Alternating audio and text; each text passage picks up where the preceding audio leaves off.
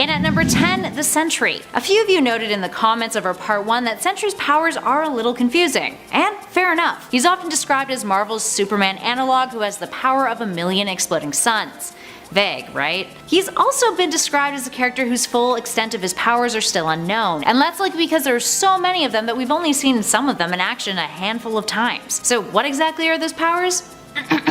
Superhuman strength, speed, stamina, regenerative healing factor, light manipulation. He's completely invulnerable. He has psionic powers. He can fly. He has enhanced senses. He can manipulate matter, gravity, and the weather. He is capable of molecular manipulation. He can absorb and project energy. He can become invisible. Astral project. He's immortal. He's telepathic. He can teleport, bend time, shapeshift, and project thoughts.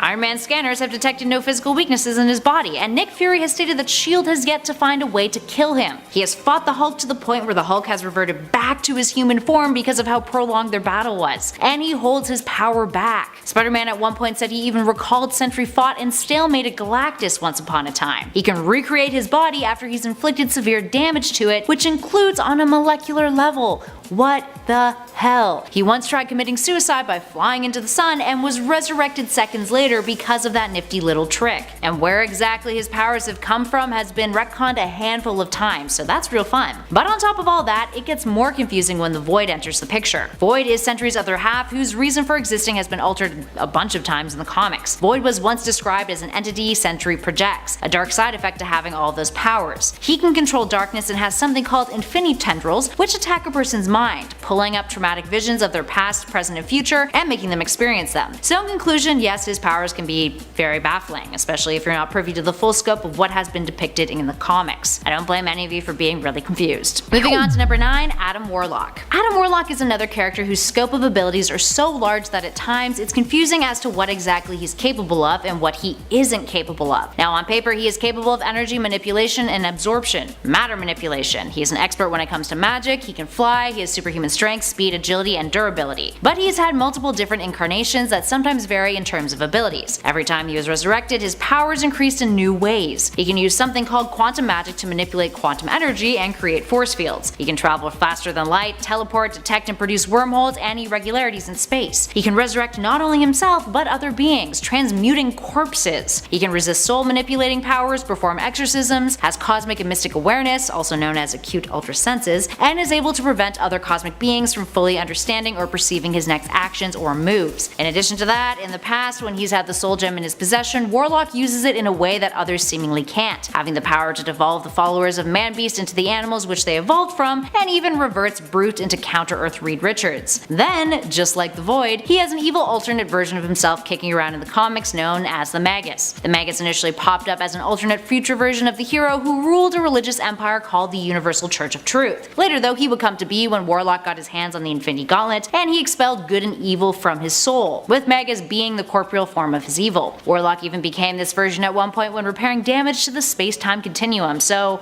dude has a skill set that is like a ridiculous superhuman toolbox. It's hard to follow sometimes. And at number 8, Tag. Tag is one of those heroes on our list who, after you get a proper explanation of how exactly his powers work, he makes a whole lot more sense. Although the usefulness of his abilities are still pretty questionable. Tag, aka Brian Cruz, is a mutant who can force people to uncontrollably run away from whatever object or person he desires. Like playing tag, except you have zero agency in the matter. This is due to psionic signals that he emits, which can be effective within 100 feet radius of his person. Essentially, he can use this to direct people how he chooses, which yes is a little convoluted, but still managed to appeal to Emma Frost enough to make Cruz a member of the Hellions. The real kicker though is that he yells, "You're it," whenever he uses his abilities, which I imagine would get real old real fast. But he eventually was depowered during M-Day and actually died in a bus bombing, so guess nobody's it anymore.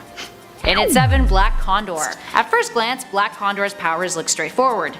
Dude can fly. Wow! But here's where it gets messy. There are 3 Black Condors in the comics, all owned by DC. The first showed up in the Golden Age in 1940, the second in 1992, and the last in 2006. The first one is a mutant who can fly, who, eventually after arriving on Earth X, is revealed to also be telekinetic, although limited on that front, having the ability to mind over matter, which seems kind of like a cop-out really. He also has a ray gun which has never been explained as to how it got into his possession, and it shoots a black beam that can stun a man, or just break a brick wall, implying that I guess it has adjustable power settings. He also is considered to be an Olympic level athlete, but that has never actually been proven. Then came the second Black Condor, who is telekinetic, can fly, is an empath, although that's stated to be limited, albeit never being actually fully defined. And last but not least, we have Black Condor numero 3.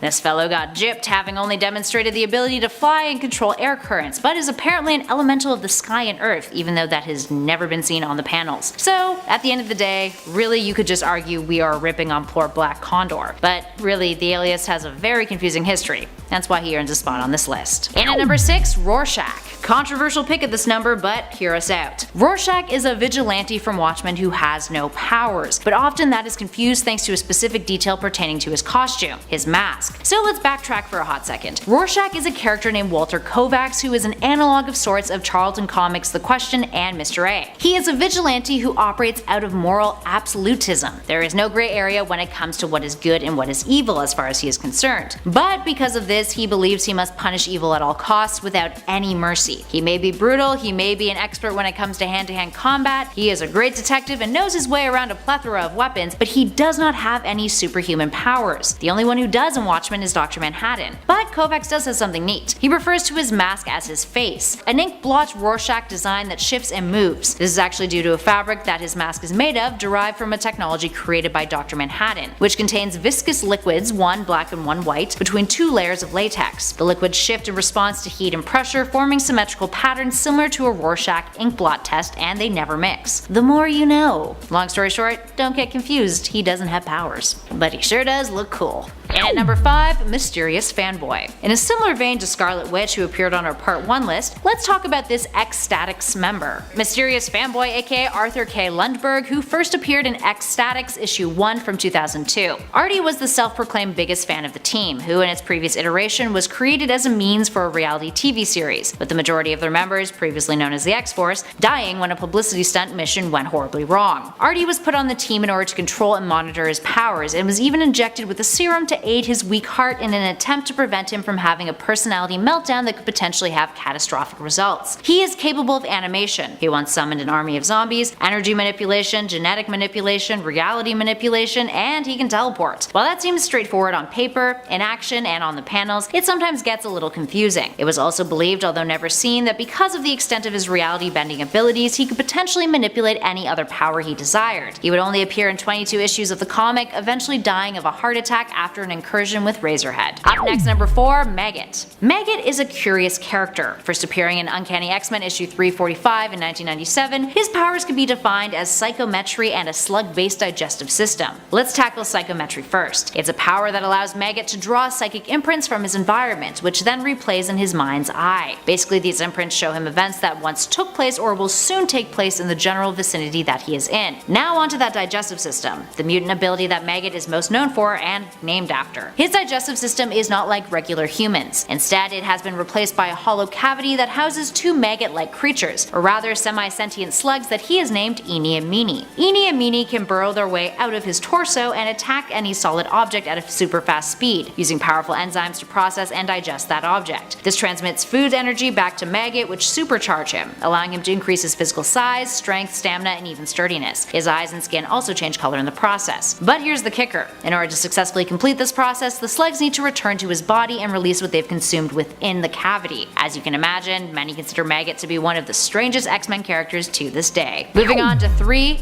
Dupe. Dupe is arguably one of the most fascinating characters to ever grace an X-Force comic. While he's often been used as a vehicle for comic relief, Dupe's capabilities hint to a much grander purpose. Now for starters, Dupe is a green floating creature whose origins are unknown, and he speaks his very own language, which in the comics is represented by a unique font. First appearing in X-Force Volume 1, Issue 116, he would go on to serve as the cameraman for the celebrity version of the X-Force team, later renamed to X-Statix. So what exactly can Dupe do? Well, from what we've seen, he can fly, has an accelerated healing factor, has superhuman strength and durability, is physically malleable, able to replicate physical objects, and has an extra-dimensional void within his body that he can store objects in, and even people. Although from what we've seen, it's implied that time practically comes to a halt for those put inside of him, and they have no memory of it after they've been brought back into reality. He would store his camera equipment in there too, for example. example. Here's the thing though, in all of his comic appearances, the extent of his powers are super vague, and it's implied that he can manipulate time and space. Time manipulating abilities of others don't affect him. He can also expand his body, stretch out its parts, and do things like remove his eye from his head and then just pop it back in. Arguably, Dupe is much more of a mystery than confusing, but for those unfamiliar with the character, what exactly he does is often a bewildering head-scratcher at best. Moving on to number 2, Halo from Young Justice Outsiders. Halo was another suggestion from all of our pals in the comments of our Part 1 list. A more recent addition to the Young Justice universe, Halo is loosely based off of a character from the Outsiders of the same name, but their powers slightly differ, another point of contention when it comes to understanding exactly what it is that they can do. Halo is a character whose abilities are best described as aura generation. Ever since she was resurrected, she has the ability to generate multicolored auras, with each aura having a different power and manifesting in moments of extreme emotion. She can now use them at will, but can only use one aura at a time. Her violet aura is one that allows her to heal and resurrect others.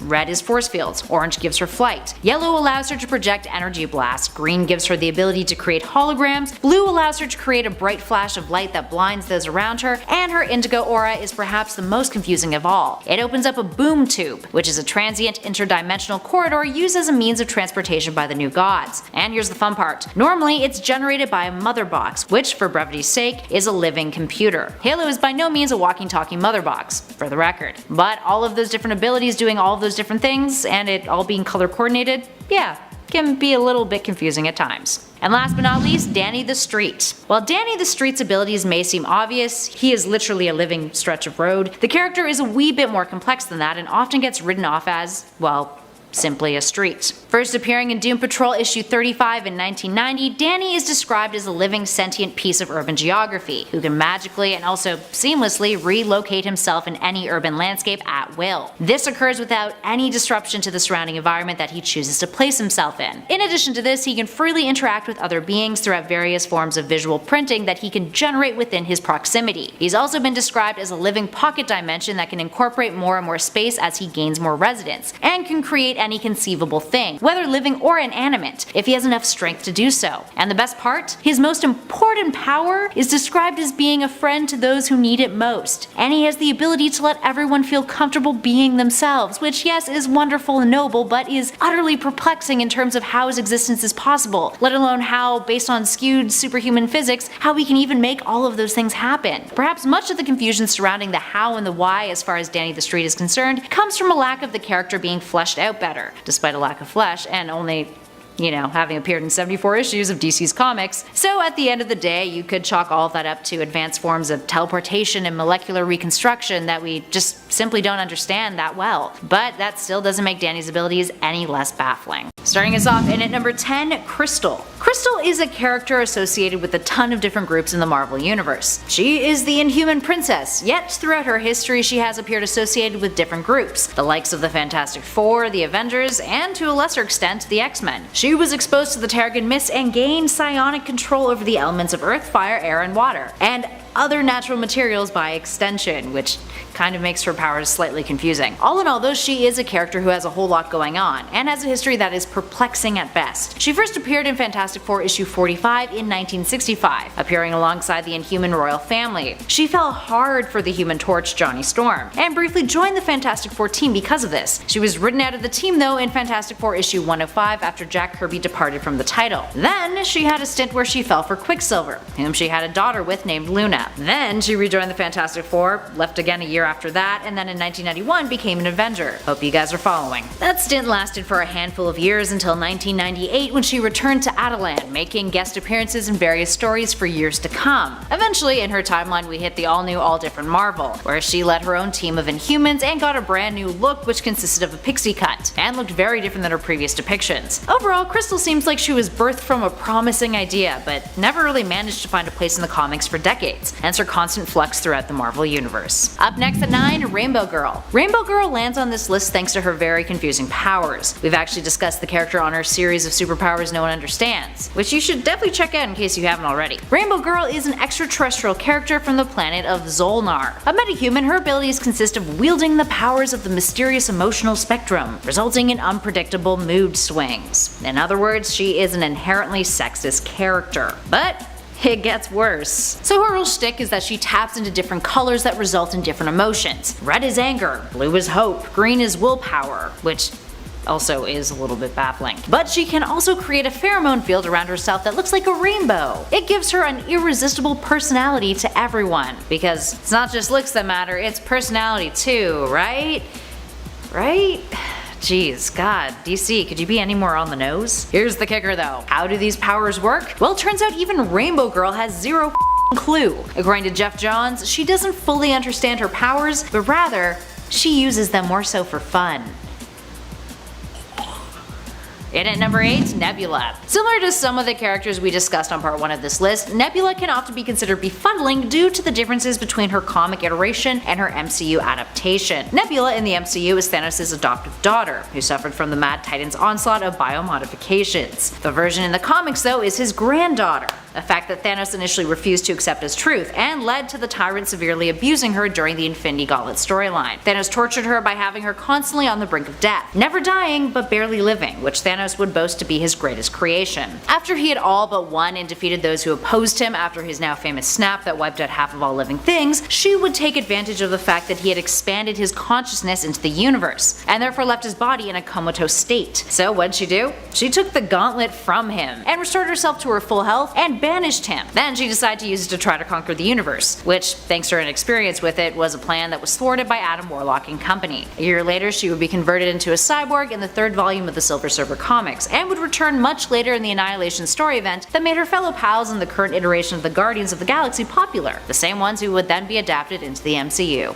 Full circle! Up next at 7, Raven. DC's Raven is a character who helped revolutionize the Teen Titans, created by Marv Wolfman and George Perez back in 1980. She is a powerful empath who senses emotions and can control something called her soul self, which is essentially an astral body. She is capable of various kinds of magic and sorcery, and has become one of the most prominent members of the Titans over the years. But she's also got a demonic father named Trigon who causes her a whole lot of strife, and constantly thrusts her into narratives where she's turned evil thanks to his influence. Hence the confusion around the character over the years. Remember that time she got hella weird and erotic with Starfire when she interrupted her wedding to Dick Grayson and then disintegrated the priest? Well, technically she interrupted the wedding by disintegrating the priest, but you guys know what I mean. There's a whole lot of that kind of stuff in the comics, but perhaps an even stranger moment in her history was after the New 52 reboot, when DC decided to put her in a Raven costume in which she was called Trigon's Blackbird of Terror. It seems as if Raven is a consistent character up until Trigon makes his frequent appearances in her life and then screws her up all over again, making it hard for readers to keep up. And at number 6, Gwenpool. Who is Gwenpool? Is she a female version of Deadpool? Is she Gwen Stacy as Deadpool? What's her deal? We want to know. Those are the questions that land her a spot on this list. Gwenpool, whose real name is Gwendolyn Poole, Poole spelled with an E at the end, is a character who originated as an amalgamation of Gwen Stacy and Deadpool on a variant cover of Deadpool's Secret Wars issue 2. This occurred thanks to the increasing popularity of Spider-Gwen at the time. Now eventually, seeing the popularity the character on the variant cover had, Marvel created 2 stories featuring her, one of which was a backup story in a Howard the Duck comic. Here, a retcon occurred. Her name was revealed to be Gwen Poole, and in her following solo series, it was revealed that she was a character who had come from another universe in which she was privy to the comic book characters and all of the heroes and villains of the Marvel Universe. She claims that she is from the real world, like our world, and unwilling to be an extra in these stories, after arriving in the Marvel Universe, she got her own costume made. The tailor misunderstood her request based off of her name, which he believed was misspelt, thinking that she wanted a costume similar to Deadpool's, thus creating her a Deadpool-esque outfit. Apparently he also had a surplus of pink material, and Gwen had pink highlights in her hair, hence why he made it into a pink costume. So there you have it, friends. Gwenpool has no relation to Deadpool whatsoever, minus appearing on a variant cover. And also having someone mistaken her name. Up next in her number 5 spot, Rogue. Rogue may be one of the more prominent heroic members of the X-Men, but once upon a time she was a villain. Or at least debuted as such. After her mutant powers manifested, she was tracked down by Mystique, who at the time was dating the precognitive character Destiny, who had advised her to look for Rogue. Chris Claremont had initially intended to have Mystique be Rogue's real mother, FYI. Anywho, Rogue joined up with the Brotherhood of Evil Mutants. Over the years, the character has been in a slew of different romantic relationships that often left fans scratching their heads, mainly because they either occur on alternate Earths, but are talked about so much that fans confuse what's canon, or because all of a sudden Rogue can touch someone that she couldn't touch before and now they're knocking boots because of it. Case in point, Colossus. In X-Men issue 100, Rogue discovers that she can touch him, so naturally they make out, which leads to a relationship. This caused quite the stir since in the past Colossus was actually affected by her powers. Now let's take a look at Age of Apocalypse. She was married to Magneto and had kids with him after ditching Gambit. People freaked out over it. In the main 616 universe, she was retconned to have been in a relationship with Sentry when it was revealed that he existed. In the 2013 Age of Ultron event, which had nothing to do with the MCU film might I add, she was married to Havoc and they led the Morlocks. And you know what else is confusing about Rogue? The number of times she's absorbed a power that is so immense that it eventually gets retconned. It happened in House of M when she absorbed Genis-Vell's cosmic powers. Up next, number 4, Fire. Fire, aka Beatrice DaCosta, first appeared in Super Friends issue 25 back in 1979. She lands a spot on this list for 2 specific reasons. First off, why is she green if she is fire? Second, and arguably more confusing, is she a queer character or not? Let's start with the former. Back when she first appeared in the comics, we're talking pre-Crisis on Infinite Earths, she was known as Green Fury. Her powers of green pyrokinesis were birthed from Brazilian mysticism, hence why her flames are green. She has the ability to become a being purely composed of living green fire, which is different than the Human Torch, whose flames are fiery plasma, or rather an aura of fire, 2 different things. Post-Crisis, Beatrice's name was changed to Green Flame, which she then changed yet again to Fire after joining up with the Justice League International team. Now, let's discuss the latter point of befuddlement. She had some serious romantic tension with Ice Maiden, a character who replaced Ice, who was Fire's best pal and teammate on the Justice League after Ice was killed. Fire and Ice, get it, huh? Ice Maiden and her had an on and off again flirtation that seemed more like Beatrice was obsessed with Ice Maiden rather than it just being a reciprocated flirtation. There was also a whole series of panels in Justice League America issue 103 that queerbaited the crap out of the 2 of them, but then played it off as Ice Maiden just trying to give Beatrice ice back. Their story would carry on with them almost always getting intimate, one of them saying, "Is this what you want?" And then that want is just some sort of fake out queerbaiting. Eventually Ice Maiden would come out as bisexual, but Fire would remain lost in the ether of terrible queerbait. Moving on to number 3, Barbara Gordon. While DC's Barbara Gordon, aka Batgirl, doesn't seem like a perplexing character initially, there is one facet of her history that is arguably baffling. We're talking about how exactly the character lost her ability to walk, and how exactly she gained it back. Not only is that one of the most controversial aspects of her character, and one of the hot topics that arose during the start of the New 52 when she was revealed to have become mobile once again as Batgirl, but it also is something that can be a little confusing when you look at exactly how the whole situation unraveled. Barbara Gordon would become paralyzed from the waist down thanks to the actions of the Joker in The Killing Joke, a story that is technically not canon and occurs in an alternate universe, and makes Barbara a mere plot device. The story isn't about her, and her mutilation and assault is merely to advance Batman and Jim Gordon's stories and motivations. Writers Kim Yale and John Ostrander, after reading The Killing Joke, would end up working with DC to revive the character as disabled rather than have her fall into obscurity, thus creating the persona Oracle. The Killing Joke was written to not be canon and included some post-crisis characters that were no longer canon. Yet, it ended up becoming one of the most defining stories of Barbara's history, and since has been really wishy-washy in terms of not being canon and then becoming canon again. The whole thing, very confusing. But becoming Oracle did a lot of positive things for the character. She became more intelligent as writers relied on her other abilities that previously had been barely touched upon. Sure, she was a librarian, but often she was written as more of a stereotype, a woman who served a greater purpose to the male characters she supported narratively. It also provided representation as a handicapped character who was still out there fighting crime, making an impact as a superhero, which was really cool. Then, when she regained the ability to walk in the New 52, the character was said to have still suffered the events of The Killing Joke, something that remained canon despite being a story from an alternate universe originally. Barbara had undergone extreme physiotherapy and surgery, and her disability had only ailed her for 3 years rather than decades. All in all, it's a little hard to follow. Moving on to number 2, Emma Frost. Being a story. Emma Frost is a character who is known for using her sexuality to her advantage. While we're not going to get into the whole history behind her objectification in comics versus her ownership of and agency over that sexuality, that's a whole other number for a different list. What we will discuss is the nuances of her powers. For starters, Emma was once considered an Omega level mutant. That is no longer the case according to House of X issue 1, which left her out of the Omega count. Her powers mainly consist of 2 overarching abilities. She has immense telepathic powers and can transform her body into an organic diamond state state that gives her enhanced strength and durability, but also suppresses her telepathy. This power manifested when Genosha was destroyed, and this form is self-sustaining, meaning she doesn't need food or water to survive in it. She is also numb to emotion, pain, and empathy while in this form. Now she has been both a villain and a hero, and has teamed up with the X-Men and led them once upon a time, but often is a confusing character in the sense that she's jumped back and forth with her allegiances over the years multiple times. And last but not least, and at number 1, Black Canary. Black Canary first appeared in 1947's Flash Comics issues 86, and is a cluster of confusion. In the Golden Age, the character had the alter ego of Dina Drake, who went by the alias of Black Canary and fought alongside her husband, Detective Larry Lance. She didn't have superpowers. Rather, she was more of a vigilante who often posed as a criminal in order to infiltrate gangs. Later on, she was given a superpower called the Canary Cry, which was a high-powered sonic scream capable of incapacitating the likes of Superman. Seems straightforward, right? Haha, time for things to get messy. After the Golden Age, like the rest of DC's Golden Age heroes, Black Canary and her husband Larry were regulated to Earth 2. But in 1969, Larry was killed, and Dina decided that she was going to move to Earth 1 in the aftermath, where she joins the Justice League and then gets it on with Green Arrow.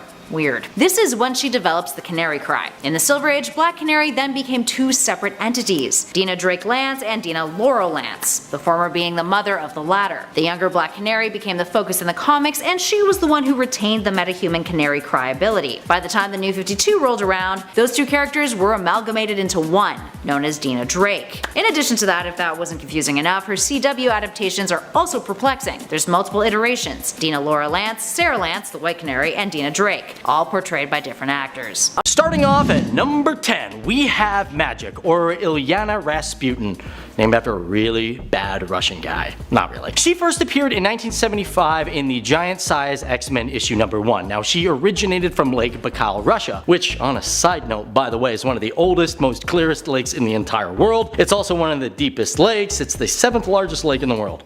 Okay, a little bit of a side fact there, I kinda like that sort of stuff. Let's get back to Magik. Now Magik, she was taken to the United States of America by a villain known as Arcade. Eventually though, she was rescued and became a glorious member of the X-Men, but her powers consisted of teleportation, where she brings out these little stepping discs which originate from a dimension known as Limbo. Now she's capable of teleporting not just in small regions but across continents, and she can even teleport through space and time. Crazy, I know, which others cannot do. She also has the ability to form her own armor, which when she uses her magic more from the Limbo universe, it just gets stronger. And that's what makes people wonder, is exactly what this universe is and how does she manage to harness this energy? It's really unknown. However, she's a sorceress of the Limbo universe, and that's all we got. As a matter of fact, she ended up absorbing all of the Limbo universe, which pretty much nowadays when she teleports, weird images of ghosts and dragons and other creatures now appear. I have no idea. It's comic books. Number 9, we've got Michael Pointer, or simply known as Omega. He's actually got a few different names as well, I'll get into that. Now originally he was just a simple postman before he found out that he was a mutant. He's capable of not just absorbing people and mutants for their powers, but he can also take on personalities, that's right. His powers have always been extremely strong, that his suit had to be made by Reed Richards so he could regulate his powers. There was also a point in his superhero career where he absorbed the power of 50 mutants and Zorn. Zorn merged with Michael Pointer and ended up killing almost all the members of Alpha Flight. The thing with Michael Pointer is that he does not need to touch mutants to take the power, he could just be right near them. It's kinda silly. And he actually managed to almost take all of the powers from every single mutant on Earth. He's kinda like Superman of absorption, an unstoppable machine with his powers having unknown origins. Yep. I could write for comic books. Number 8, we got Phantom X, which is probably the coolest name of all of these guys, I'm gonna be honest. Now he first appeared in 2002 in the new X-Men series number 128, created out of the Weapon Plus program and acted as a super sentinel for a while. The Weapon Plus program made a group of people or mutants with techno-organic organisms being fused with nanotechnology of a sentinel. I don't really know what that means, but Phantom X was born from his mother, who was one of these Weapon happened plus made people when she was fertilized with nanomachines. So his powers, they're interesting because he has a nervous system known as the EVA, which can become external, and when the EVA actually leaves him, he becomes more powerful because he doesn't even feel his injuries. Also, the EVA can shapeshift, it identifies as a woman. Phantom X also even has a backup internal nervous system in case EVA gets damaged. Phantom X also has the ability to go into a state of mind and do his own self-repairs. He's an amazing marksman, and his bullets apparently never miss because they are laced with mutant skin. At one point, he was capable of even skewing reality with illusions.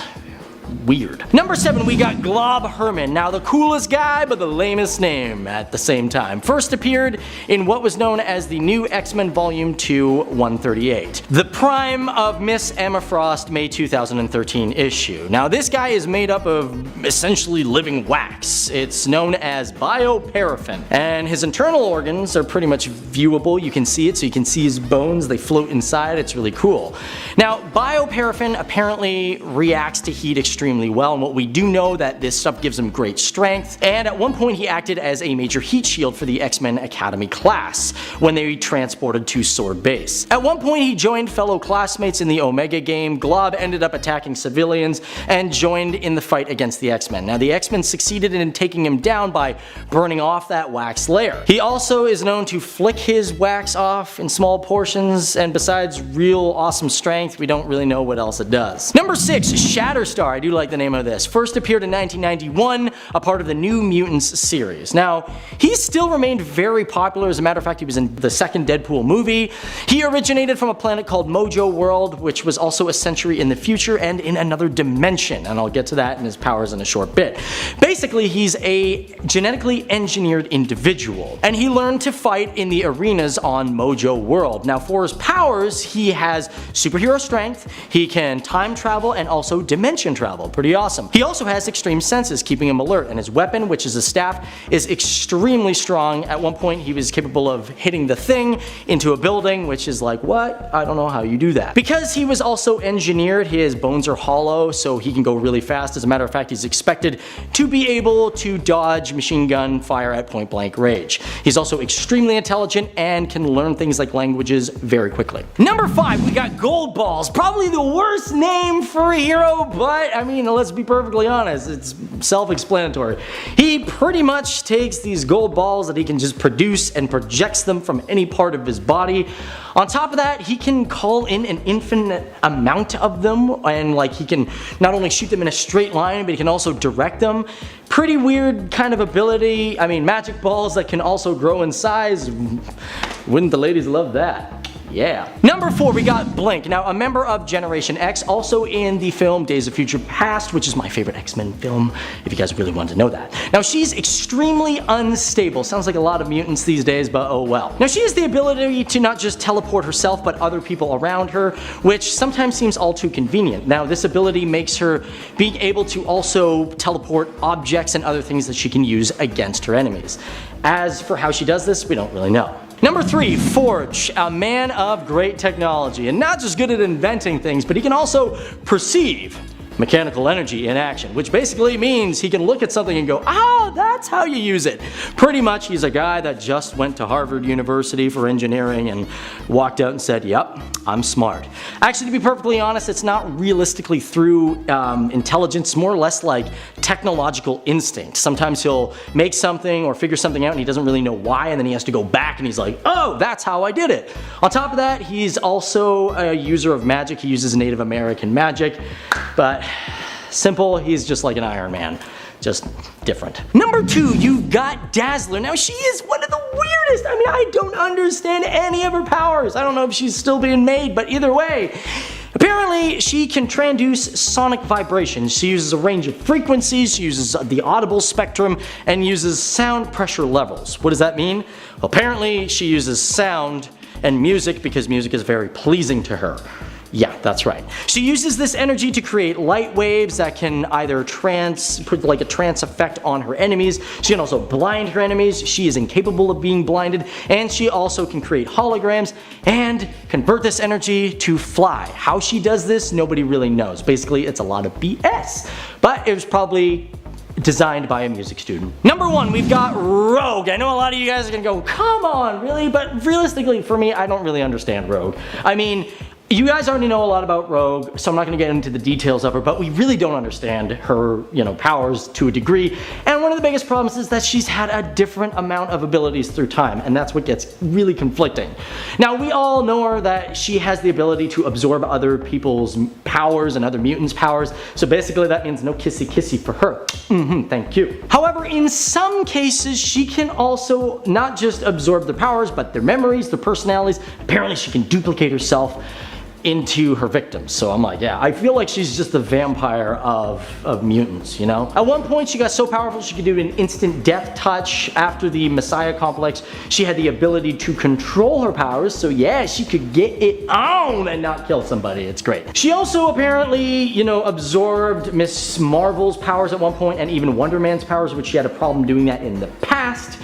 But one thing is, when she absorbs the powers, her victims are sometimes unconscious for a while. And so number 10, we've got Scarlet Witch. Now, okay, yes, I know some of you guys out there in the real world, you're gonna defend her and you're gonna say, hey, I know her powers, it's great, that's fantastic. So let's get a little bit of a backstory here. So the first time we saw her was in 1964 in X-Men number 4. She had many appearances in comics over the years, and actually, when she first appeared, her first real big problem was that she didn't have really defined powers. That's right. Her powers initially were called hex powers, and she could just basically do anything and could cause random events to just happen. She pretty much was a wild card for any tough plot points that the writers had. So some things that she would do is, cause Ultron to short circuit randomly and even cause gas mains to just explode, and it wasn't until Kirk Busiek decided that her powers would be all about manipulating chaos. That's when we got a better picture. But however, that didn't really sit well, because by the time we got to the Avengers Disassembled series, she pretty much had the ability to warp reality. However, most people identify her as having chaos magic being used to her advantage. What is chaos magic? Well, your guess is as good as mine. Number 9, we got Miss Marvel, or Carol Danvers, appearing in 1968. Now, in the past, she has had so many problems. As a matter of fact, today she still has a lot. As a matter of fact, most people identify her as Marvel's version of Superman. Pretty much the female version of that. She's got super strength, stamina, all that sort of stuff. She can fly. Being half human and half Kree gives her a bunch of different abilities, and when she could fly back in the day, the only way she could do it was through a belt device. She also could tap into the energy of a white hole, which is a reverse black hole, which, by the way, has never been identified by man at all in history. This allowed her to control things like gravity, heat, and many other aspects of different spectrums. This also allowed her to survive in the vacuum of space, and she can fly 6 times the speed of sound, and yes, she can explode energy out of her hands, fingertips, all that sort of stuff. And apparently, she also has the ability of 7th sense. Number 8, you got Hercules. Kind of an old sort of guy, you know what I mean? Debuting in Avengers number 10, 1964. Now, he was originally simply a minion of Immortus, and he belongs to the Olympian species. Like most, just like Hercules himself, he's got super strength, speed, and stamina. Known to be the strongest of all the Olympians, he could actually apparently pick up a sequoia tree, smash it to bits. It's also originally believed that he even moved the island of Manhattan. However, that was a little too much for comic book writers, and they were pretty much like, nah, he was just bluffing, he was just saying, tune the talk, you know what I mean? It wasn't true at all. Ooh. On top of that, he can go 100 miles per hour and go toe-to-toe with Thor, and can withstand, the impacts from bullets. He's kind of another Superman if you really think about it, but his mace itself is kind of like the mace version of Thor's hammer. Thing is, he's backed up by Olympian magic, so nothing like even diseases can hurt him. However, if Zeus takes away his powers, he's pretty much useless. It'd be interesting to see what would happen if Rogue touched him. Number 7, you got Black Knight, or Dane Whitman. Now, an older Avenger dating back to around 1967. He's actually the descendant of the original Black Knight comics. He gets his powers mainly from his magic sword. He became the Black Knight after he got his famous winged horse Aragorn. Now, he joined the Avengers to defeat Kang the Conqueror originally. He didn't really have any superpowers to begin with. This all changed, however, after he bonded with his teammate Circe. This was after she was injured and his fellow Eternal named Icarus attempted to stabilize her by merging the two together. He's apparently a good swordsman and can hold up against Captain America, and he's a bit of a scientist, understands genetic engineering. His powers might not be a mystery, but he definitely is. Number 6, we got Vision. Okay, yeah, we've all seen him. We all know basically he is a robot. Some people identify him more or less as a human being, but is made out of, synthetic materials. Okay. Now, what's different about him from the movies is in the comics, he's got a solar jewel on top which absorbs solar energy, which can actually also discharge energy at any time. He also can fire beams of microwaves and infrared radiation. Very helpful to know. On top of that, he can also become extremely massive. This is confusing because apparently he does this by harnessing the power from some unknown dimension. This also makes him change in density. Being an android means he has super strength and all the other great attributes that other heroes have. As of recent comics, he can also split himself into smaller parts and change shape, but that's good old-fashioned nanotechnology at its best. Number 5, we got Mantis, probably my least favorite hero that I've ever seen brought to the screen. She's been around since 1973, so you gotta give her some credit there. Her origin, though, is completely unknown. Literally, she talks about herself in third person, and she says this one came from a place she must not name. To reach a place no man must know. So I guess, you don't really know where she's from. She also trained in martial arts, boom bam, that's good, and she apparently can even, or at least almost beat Captain America. Her biggest and strongest power is obviously using psychic empathy, which means she can feel other people's emotions, man. Basically, she's Deanna Troi from Star Trek. This allows her to figure out also a person's weak spot where she can immediately, boom, knock them out. She's apparently really strong, and with that, she's never ever, well, only once has she ever lost in a hand-to-hand combat situation. On top of that, she has the ability to meditate and heal herself. In some series, she can even sense the future. Number 4, we got Star Fox, and I'm not talking about the good Star Fox. I'm talking about this Star Fox from Marvel. Part of the Eternals group, he appeared first in 1973. Basically, he ages really slowly because he uses cosmic energy. This also makes him extremely hard to hurt because the energy protects him from falls and impacts and other things like that. However, bullets and knives can hurt him, and not just emotionally. However, Star Fox in some series has been able to manipulate gravity using psychokinesis. He also knows apparently 500 alien languages. But his most important power of all is he is capable of activating the pleasure area of enemies' brains, which pretty much helps them calm down so he can win the battle. So I guess you could say, sexiness is his power. Yeah. Number 3, we've got Moonlight, that appeared in Werewolf by Night number 32. That was hard to say. 1975. Mark Spector is his alter ego. He is human. He's got a lot of similarities between him and Batman. Started off as a boxer, a costumed hero. However, he got his superpowers after he visited an Egyptian moon god. And yes, that means he gets a certain amount of strength depending on the phase of the moon. Apparently, at one point he even lost his powers because he was disobedient. Yo, you bad Moonlight.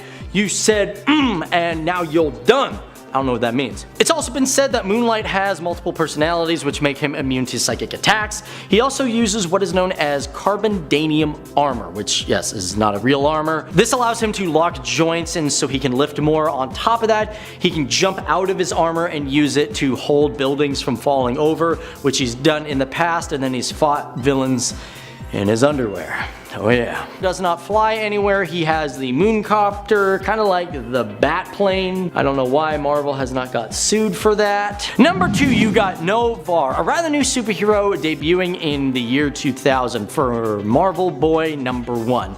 Now he is part Kree, part cockroach. That's right.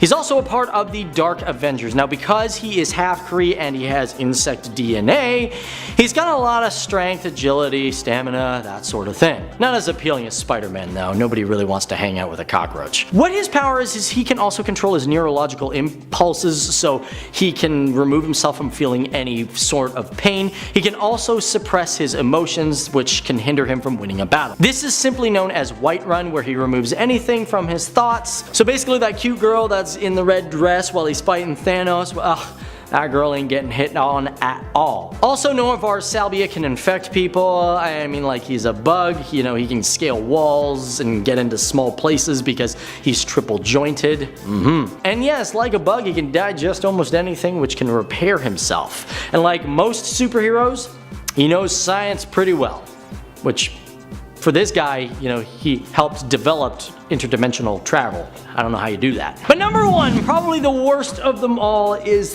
3D Man. Oh god. Debuted in 1977 and should have stayed there. Basically the story is Chuck Chandler was captured by the Skrull invaders and he got turned into a 2-dimensional being. However, his brother Hal ended up putting on these glasses and could see his brother, and if he concentrated hard enough, boom, Chuck materialized into a 3-dimensional weird being. Basically done obviously through the advancement of radiation, of course. But the thing is, apparently when Hal puts on the glasses, it renders him unconscious, and of course, 3D Man goes to fight the world. 3D Man also has superhero strength, and you know what? I'm just done. That has got to be the most ridiculous one of them all. That's the icing on the cake. And at number 10, Karma. Karma is a character who first appeared in Marvel Team-Up issue 100 back in 1980. She came from Vietnam, having fled the country with her family during the war. She was one of the founding members of the New Mutants. Now Karma has powerful psionic abilities that allow her to physically possess others, meaning she can take possession of the minds of humans or animals. This occurs by Karma projecting a psionic energy surge that overwhelms their consciousness and renders her victim unconscious, with Karma's own mind taking the wheel, so to speak. When Karma is in control, she can do some real damage, having the ability to alter her victim's memories, perceptions, reveal information to her, or have them fall asleep. She can even make their body work as if it were an extension of her own. But if she stays too long with a host, she risks her own personality becoming a subordinate to that host personality, becoming more and more like her victim. After an incursion with the Shadow King, Karma also gained the ability to mentally see through others' eyes, and she can protect herself from the psychic assault of others. Moving on to number 9, Joseph. Joseph, who only operates by a first name, is the clone of Magneto, but kind of sucks in comparison to him. This is why he's a bit baffling to some. He is a mutant clone who first appeared in Uncanny X-Men issue 327 from 1995, but he also died in a battle against the real Magneto and had a thing for Rogue really briefly. Now his abilities in theory should be the same as Magneto's if he's the iconic villain's clone, right? Well, that is not the case, hence why he's on this list. Sure, he is capable of generating powerful magnetic fields, but he can also generate electricity and electromagnetic radiation. And the real kicker? Well, he doesn't have the full range of Magneto's powers. He never demonstrated the same extent of those powers or some of the tricks that Magneto has been able to pull off over the years, like producing a wormhole. He lacks the mental barriers Magneto has, and therefore when he manipulates a ton of energy, he often causes damage to himself. Sucks for you, Joseph no last name. Moving on to number 8, Husk. Many people might assume that Husk has shape-shifting abilities, but that is not the case. The character who first appeared in ROM Annual Issue 3 in 1984 has the ability to remove one layer of skin, or husk if you will, which then reveals a different layer of skin made out of an entirely different composition. So essentially, she sheds one layer of skin, and the layer of epidermis beneath can be something the likes of metal or stone or something entirely different. She's a metamorph who has made her skin into glass, wood, rubber, diamond, granite, brick, and even adamantium in the past. This can increase her weight, strength, or invulnerability in the process depending on the material. So she becomes diamond, she becomes impervious to an extent. Rubber, she gets bouncy. She even once generated heat and flame and has even produced acidic skin. Now aside from being kinda gross, think of like all that dead skin she sheds, it's easy to see why some would mistake Husk for a shapeshifter. Although technically speaking she kind of is, but it's a weird process in which she does it, and very limited. Can just be her skin. And at number 7, Sage. Sage is a character who debuted back in 1980, appearing in the X-Men issue 132. And she has a variety of mental abilities that can often be a tad confusing. Think of Sage like a supercomputer. Her brain has unlimited storage capacity. She can recall anything at any time with perfect clarity, and the speed of her thoughts allows her to analyze her surroundings for data within seconds, almost instantaneously. She's like a back computer. In addition to that, she can calculate probability of events based on said data. Sage can multitask too, completing various actions all at once in her brain. And if that wasn't wild enough, she has perfect control over her body because of her superpowered mind, meaning she can recreate any physical actions that she's seen once, as long as they are within the parameters that her body is capable of. She can even see a person's genetic code and read their DNA, and selectively evolve existing genetic traits, which can tap into latent abilities, although she can't reverse the procedure, which has caused unpredictable side effects in the past. She is a walking, talking bat computer. Up next at 6, Lockheed. Lockheed is a literal dragon.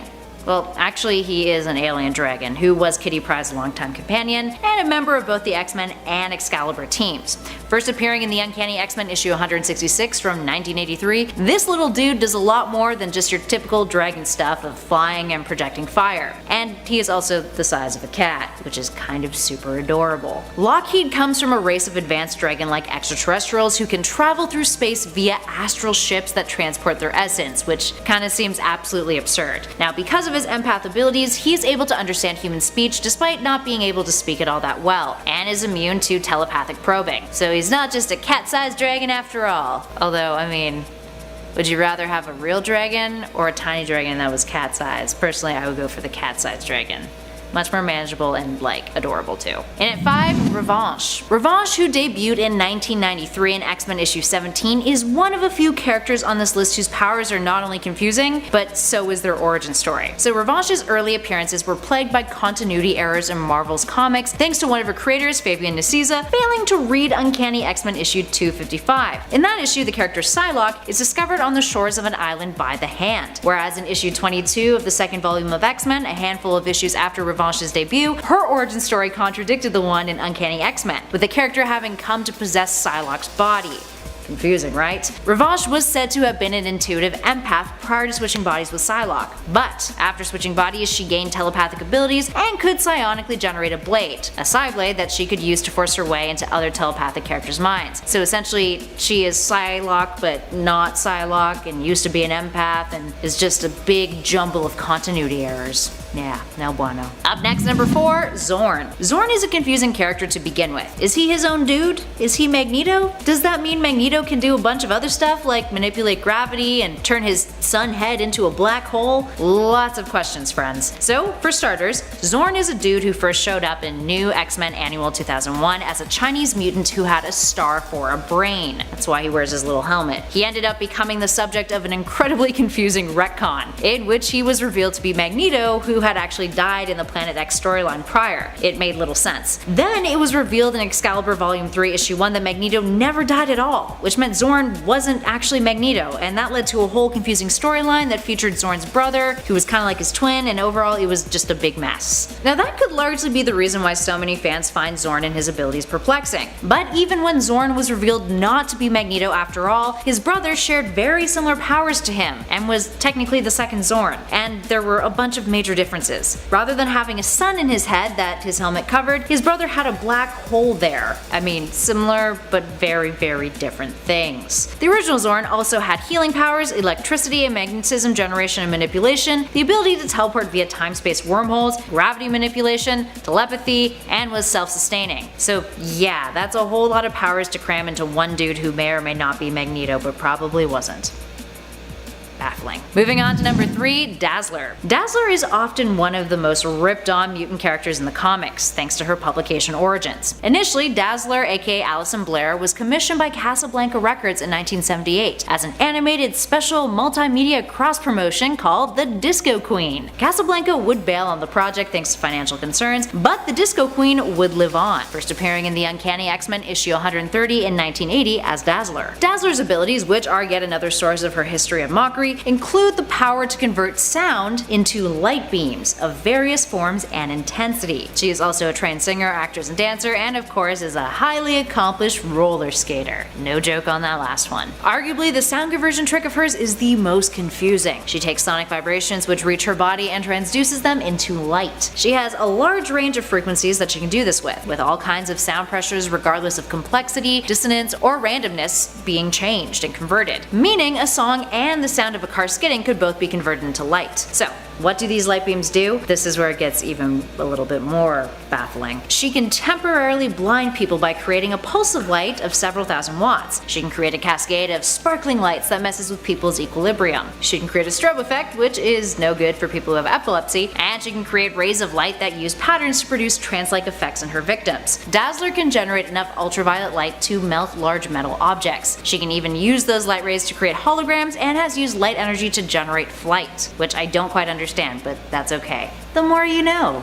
And at number 2, Maggot. Maggot is a character that we've discussed a handful of times on our channel thanks to his absurd abilities. He has a slug-based digestive system. Oh, and he also is psychometric. Now, First appearing in Uncanny X-Men issue 345 from 1997, Maggot is a fellow whose digestive system is quite unique. Where his intestines should be, he has a hollow cavity that's home to a pair of semi-sentient slugs, or maggots, hence the name. He's named those slugs Eenie and Meanie. Eenie and Meanie can burrow themselves out of his torso, and at super fast speeds, they attack a foe or object with a powerful enzyme, which then processes and digests said object, or person. From there, they come back to Maggot, crawl back into his hollow cavity, and then transmit the food energy they collected to him, which then can supercharge him and allow him to do a variety of things like increase his strength, physical size, his sturdiness, stamina, etc. If the slugs don't re-enter his belly, this process does not work. And in the past, he's actually lost one of his slugs too. He doesn't get another one. He's left with one slug, which means I guess half of the abilities of digestive power with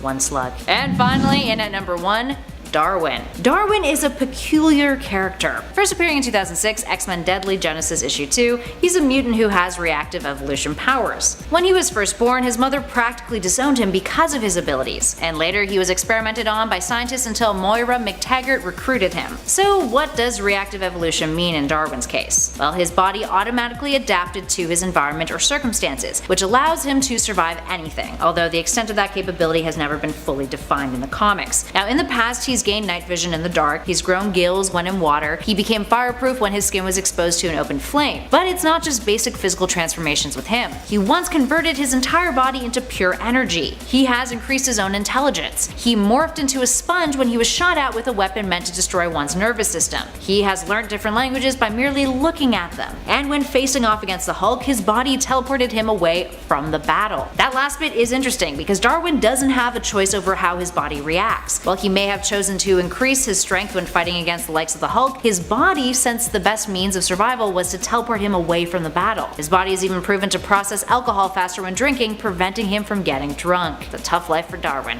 Number 10. Sonic Flight.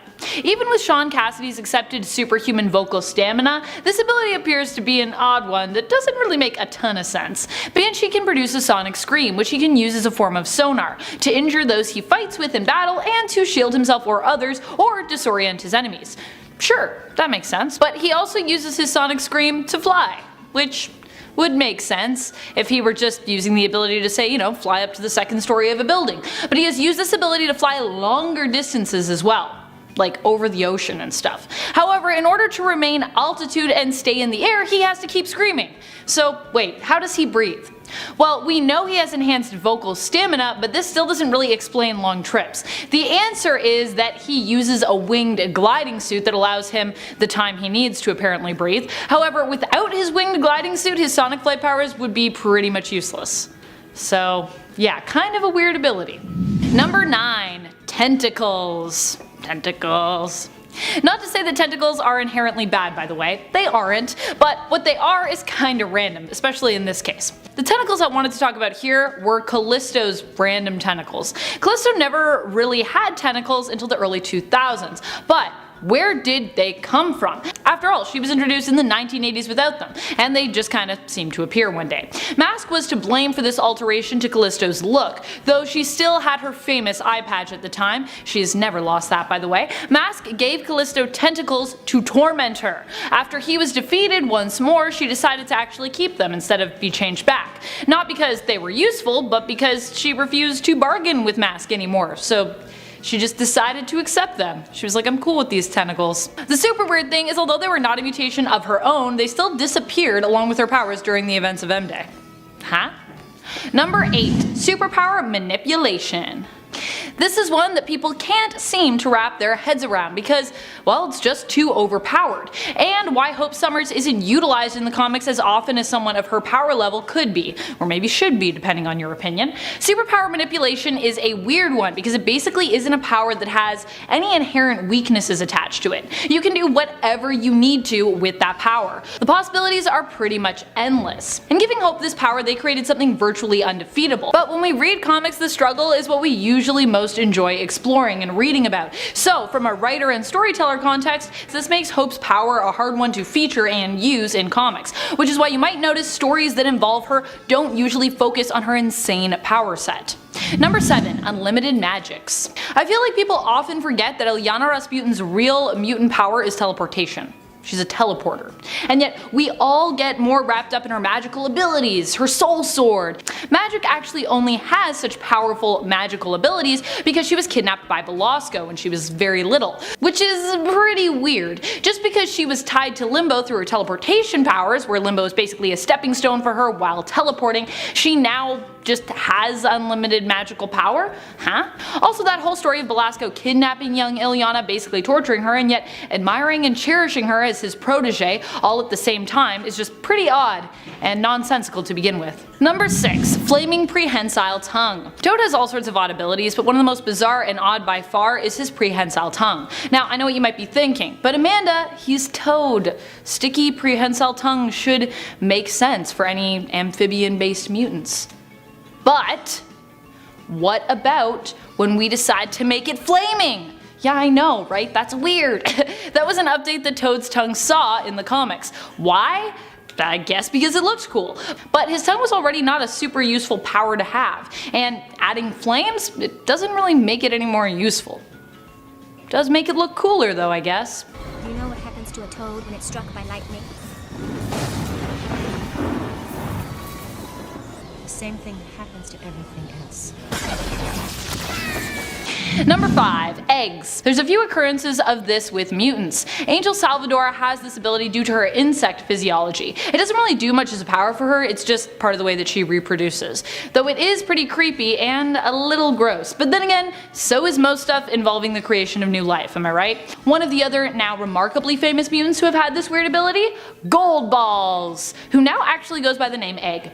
He actually changed his code name due to the revelation regarding his powers. Originally, we just thought Goldballs emitted gold bouncy balls out of his body, which seemed pretty odd and well, kinda useless.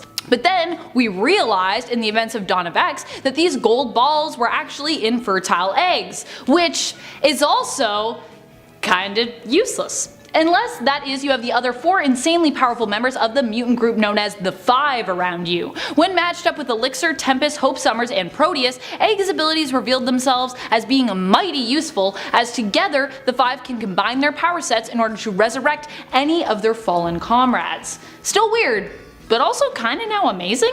Number 4. Aviation. The power of aviation through non-telekinetic means, that is. Most mutants that can naturally fly usually have this power as a result of a physical mutation. Some are simply granted wings, like Angel or Pixie, who otherwise find themselves looking like a standard human exteriorly, but some find themselves with a full-on bird-like mutation, like Beak. Beak's aviation mutation, depending on the artist, can leave him looking pretty all-out freaky. He's either drawn like a full-on bird person, or sometimes like a hybrid bird-human. His aviation mutation barely even gives him flight abilities as well. He isn't great at flying, but he can manage to do it for very short distances if he really tries. So why does he look like a bird then? It's not really useful. Number 3. Hollow bones. Speaking of flight-related mutations, one common trait that you'll see presented as a power or a perk is hollow bones. Angel and Beak both have hollow bones.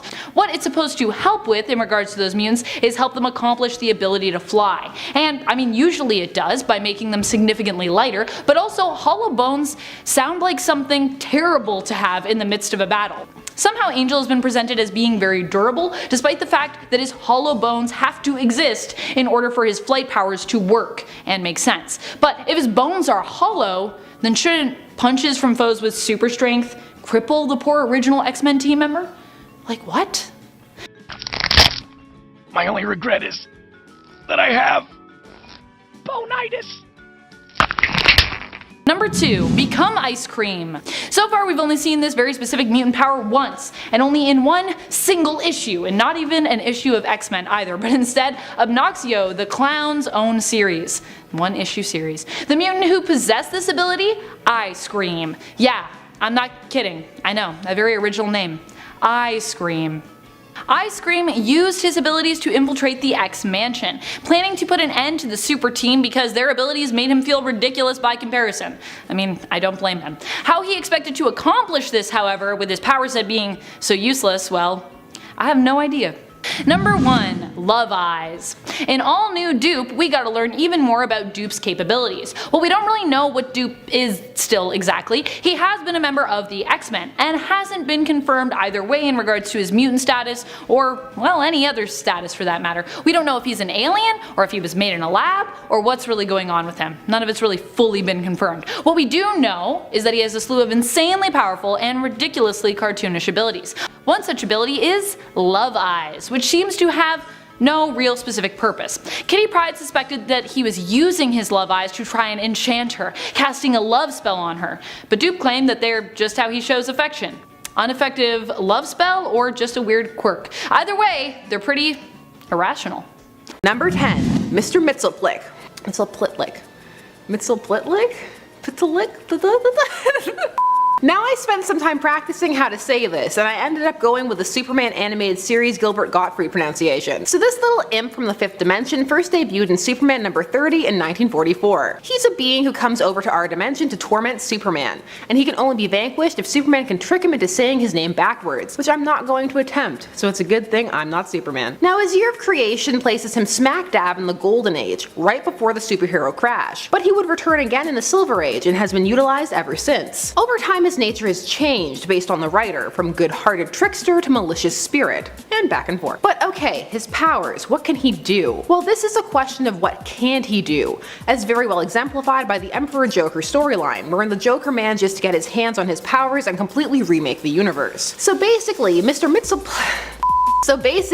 Only Consonants in his name has an unlimited power source, and he can warp reality in any way he can imagine. Now how he does this varies. Sometimes it's just because he comes from the 5th dimension, and their reality is so beyond ours in comparison that it makes him seem godlike. Other times it's using their advanced tech, but it's usually the dimension-based perks. Also, he needs no sustenance. In the 5th dimension, no sleeping or eating. No wonder he has so much free time to torment Superman. I tried, I legit practiced, and I'm still just like blah, blah, blah, blah. Number 9. Dr. Light. Dr. Light, the first one, Arthur Light, even though it was retconned that he was the second one, even though he appeared first, comics. He first appeared in Justice League of America number 12 back in 1962, and at first he was a fairly standard villain. He would fight the Teen Titans a lot and use light manipulation. The thing that vacillates with him is what type of villain he is. I mean, back when they used him. His character was essentially ruined in Identity Crisis when he was suddenly turned into a rapist, and now a lot of writers don't even want to touch him. So back to his powers. How exactly does he use light? Well, he bends light around him and can generate energy blasts with them, and also force fields, and by manipulating light correctly he can fly. He can also create complete darkness, which is a handy trick, and I'm sure catches some by surprise because of his name.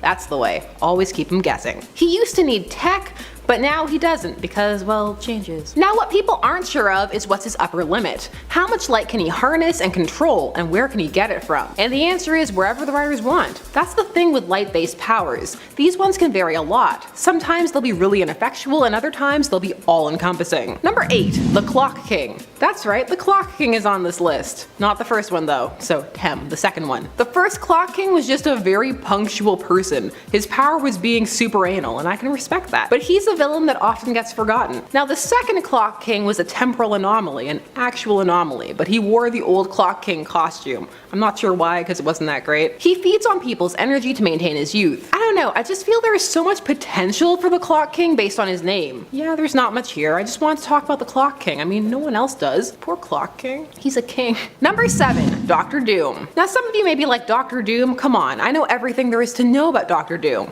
Well, we'll see. Now Dr. Doom debuted in the Fantastic Four number 5 back in 1962. Here's the thing, Dr. Doom is a genius and well versed in science, which people remember, but he's also skilled in sorcery, because he has none of that drama about, oh no, science versus magic. No, he's like, both exist and I will master both, for I am Doom. He was also taught by aliens in the art of being able to psionically transfer his consciousness into another with eye contact. And of course then there's his armor. It's ridiculously augmented. It augments his strength, stores energy, food, water, just all of it. Oh, also, he has diplomatic immunity. That's kind of a power, and Doom definitely uses it that way. Number 6. The Juggernaut. Now when people think of the Juggernaut, many will think of the memes, the glorious Juggernaut memes. The Juggernaut first appeared in the X-Men number 12 back in 1965, and many forget that he got his powers from the Cyttorak gem, which has empowered him with magical abilities and strength. He is an immortal avatar for that entity. He can generate a mystical force field, which makes him not invulnerable to physical damage at least. The helmet is for something else entirely. That's to protect him from psychic attacks, especially from his stepbrother Charles. That's right, Charles Xavier. Over time, he has gained more and more access to the gem's powers, so watch out. Number 5, the Psycho Pirate. That's right, the Psycho Pirate is getting airtime, just like the Clock King. Reppin' the B Squad, or rather, the D Squad. Harsh, some people are gonna be so mad, they're like, how dare you, they're the A Squad. We're gonna be talking about the second Psycho Pirate, Roger Hayden,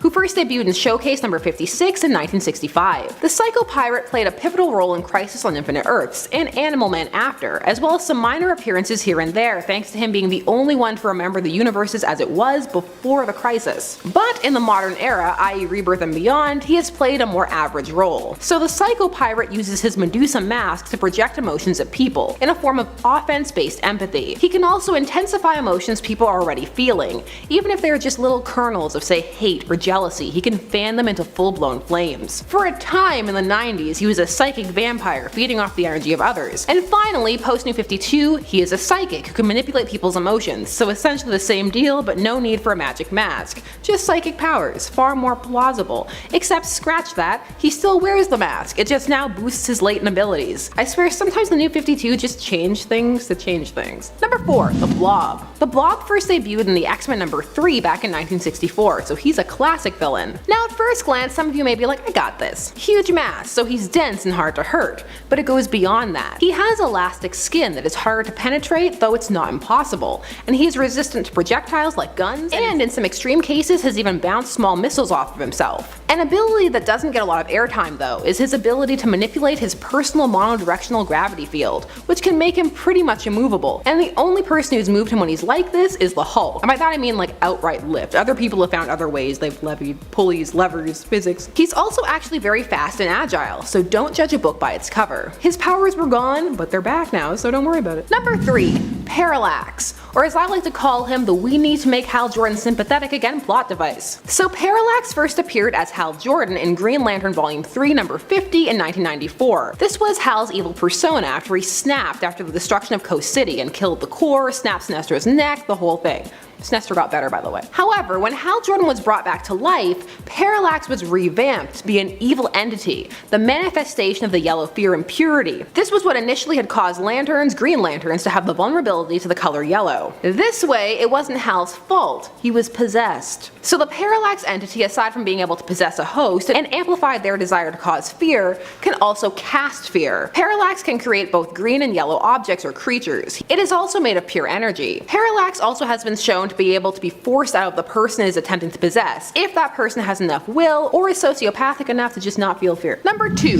Ruby Thursday. She's on here because her very appearance just raises so many questions. How does she live? So Ruby's head has been replaced with a mass of organic circuitry that manifests as a red sphere. She first appeared in the Defenders number 32 back in 1976, and she can shape this head into various shapes and manifest tentacles, fire projectiles, create energy blasts, and get this, she doesn't even need the head to be attached to live. It can be over there and still control her body. The fact that she lives at all is amazing to me. Really, people just enjoy the visual of this character. Well, some people. Others think it's silly or at worst sexist. I fall in the silly category, but if I'll suspend my disbelief for so many other things, I'll do it for a computer head. And number 1, Proteus. I feel like Proteus earns the number 1 spot in most lists he's on just from the sheer terror factor. He's too powerful. Proteus first went by the name Mutant X and debuted in Uncanny X-Men number 125 in 1979. The son of longtime X-Men ally Moira McTaggart, his powers manifested from a young age, and so she locked him away for his own safety and also that of others. More so than that of others, to be honest. Proteus is a being of pure energy who hops from host to host and uses up their bodies in the process. Even though he doesn't have to, he could leave beforehand, but he doesn't. His psionic abilities are incredibly powerful, and he can alter and warp reality on a grand scale, or just for an individual, like what he did to poor Wolverine, turning him into liquid, and then Cyclops threw coffee on him to snap him out of his trauma. Side note, I like Cyclops, I don't care what anyone says. Proteus also has perfect recall, and on top of all this, he is pretty much immortal as he is made of pure energy. The use of this energy is what burns out the bodies, by the way.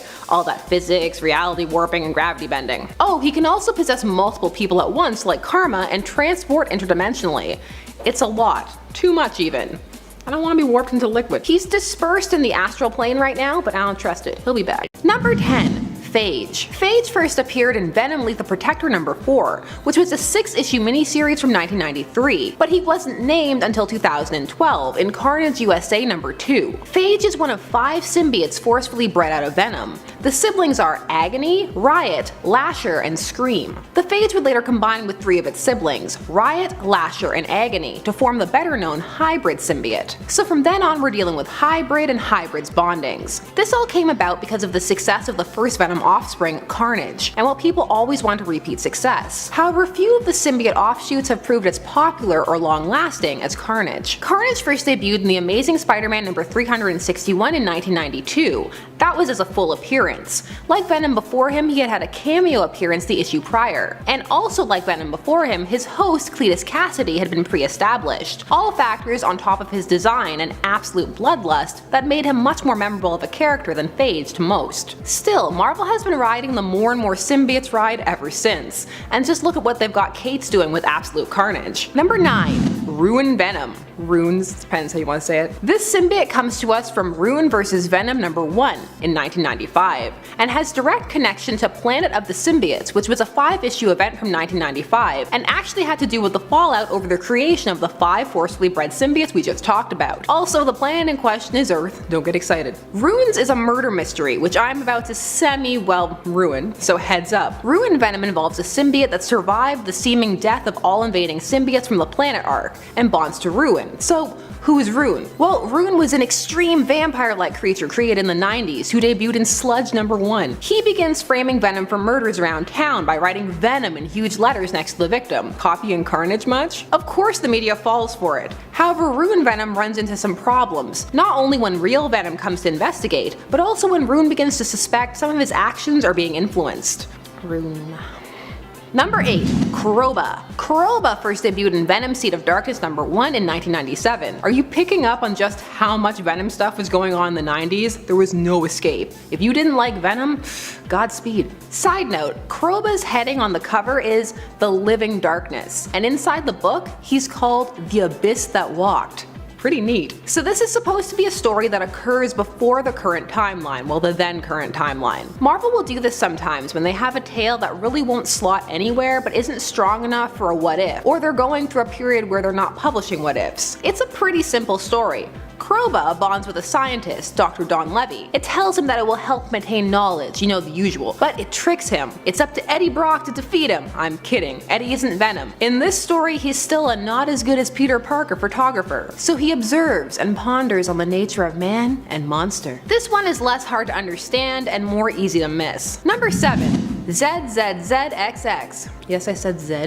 It's Canada up here. This is a more recent addition who debuted in X-Men Kingbreaker number 2 in 2009. This symbiote is a Clintar and a mutant, and it eats brains. It was discovered by the Shi'ar. The most interesting thing about this symbiote, aside from its rather random letter-centric name, is how it was weaponized against the Charles Xavier from the Cancerverse, which was a realm introduced in the Realm of Kings crossover comic 2010, a universe ruled by evil organic masses. So the Xavier in this universe was a planet-sized brain, and for a brain eater like ZZZXX, a match made in heaven. This could really have hit the zombie element harder with the symbiote, but I mean, they have Marvel Zombies for that. Number 6. Mania. Mania first debuted in Venom number 1 in 2003. This symbiote is a clone of Venom, which given Marvel's history with dragging out perfectly good clone sagas until the entire creative staff behind them is permanently traumatized, I'm amazed a direct clone like this hadn't happened sooner. Also, it was only named Mania in 2011 when Venom relaunched. So this clone was created using a piece of Venom's tongue, which is hardly surprising. That tongue is everywhere. From the start, the symbiote was sadistic, refusing to bond with awkward hosts, instead torturing and killing them,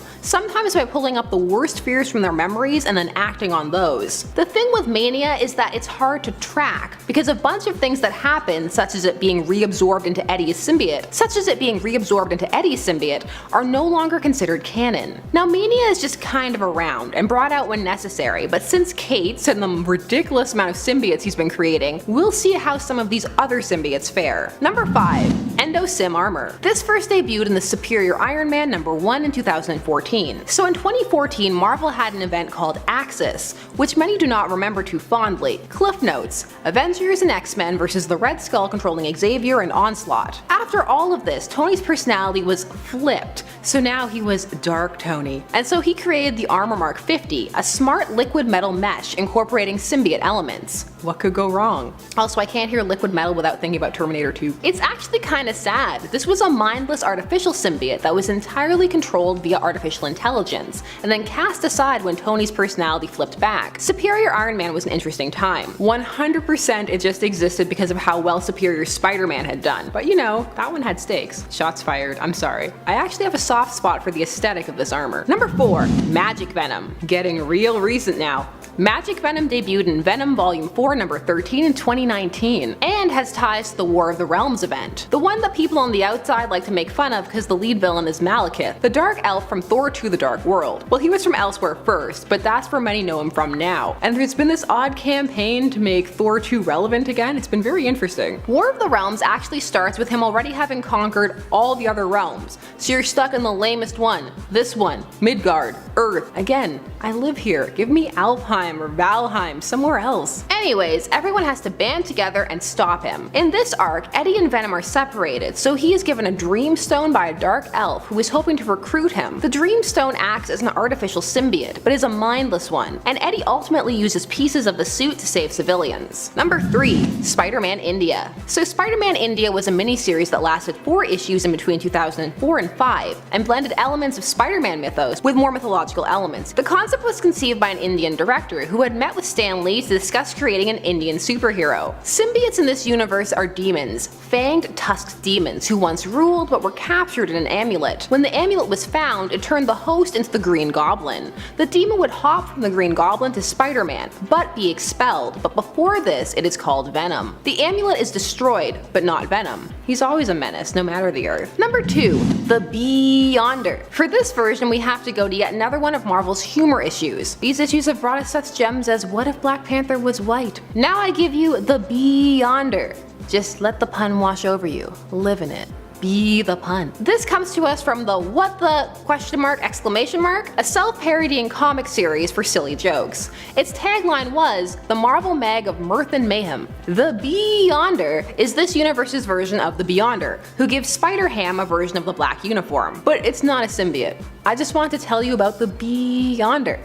It's fun to say for me, but it's probably not fun for you to listen to. Number 1. Scorn. Scorn first debuted in Carnage number 5 in 2011. So Scorn was created out of a piece of Carnage left in space after Carnage was torn in half by the Sentry, but he got better. The Sentry may be one of the most powerful beings out there, but Carnage has plot armor and sells comics, so take that, Sentry. The pieces are collected to attempt to create prosthetic limbs, so the first thing that the symbiote bonds to is a prosthetic arm. Because of this, Scorn can bond to technology. Now this is an element that some find confusing, and also there are other story elements that make Scorn a bit convoluted. Things like how Cassidy was alive and had been preserved by Carnage and was repaired by these prosthetics. Again, you can't kill Carnage. Scorn was eventually corrupted by Null, the symbiote god, and started a cult to worship him. She was killed by Carnage after offering herself to him. Absolute carnage. There is so much carnage going on right now. Number 10. Nazis raise milk prices. This comes to us from 1942, so get ready, full steam propaganda ahead. All the heroes who were around at this time period were fighting Nazis, and Wonder Woman was no exception. But they still wanted there to be comic book plots, like this one from Sensation Comics number 7. In this tale, Diana notices that the price of milk is soaring, and she's on the case. She goes to speak to the head of International Milk Co., but he's dismissive. Long story short, they're secret Nazis, and they're raising the price of milk to make it inaccessible for American youth, so that they will have weak, brittle bones and not be able to fight.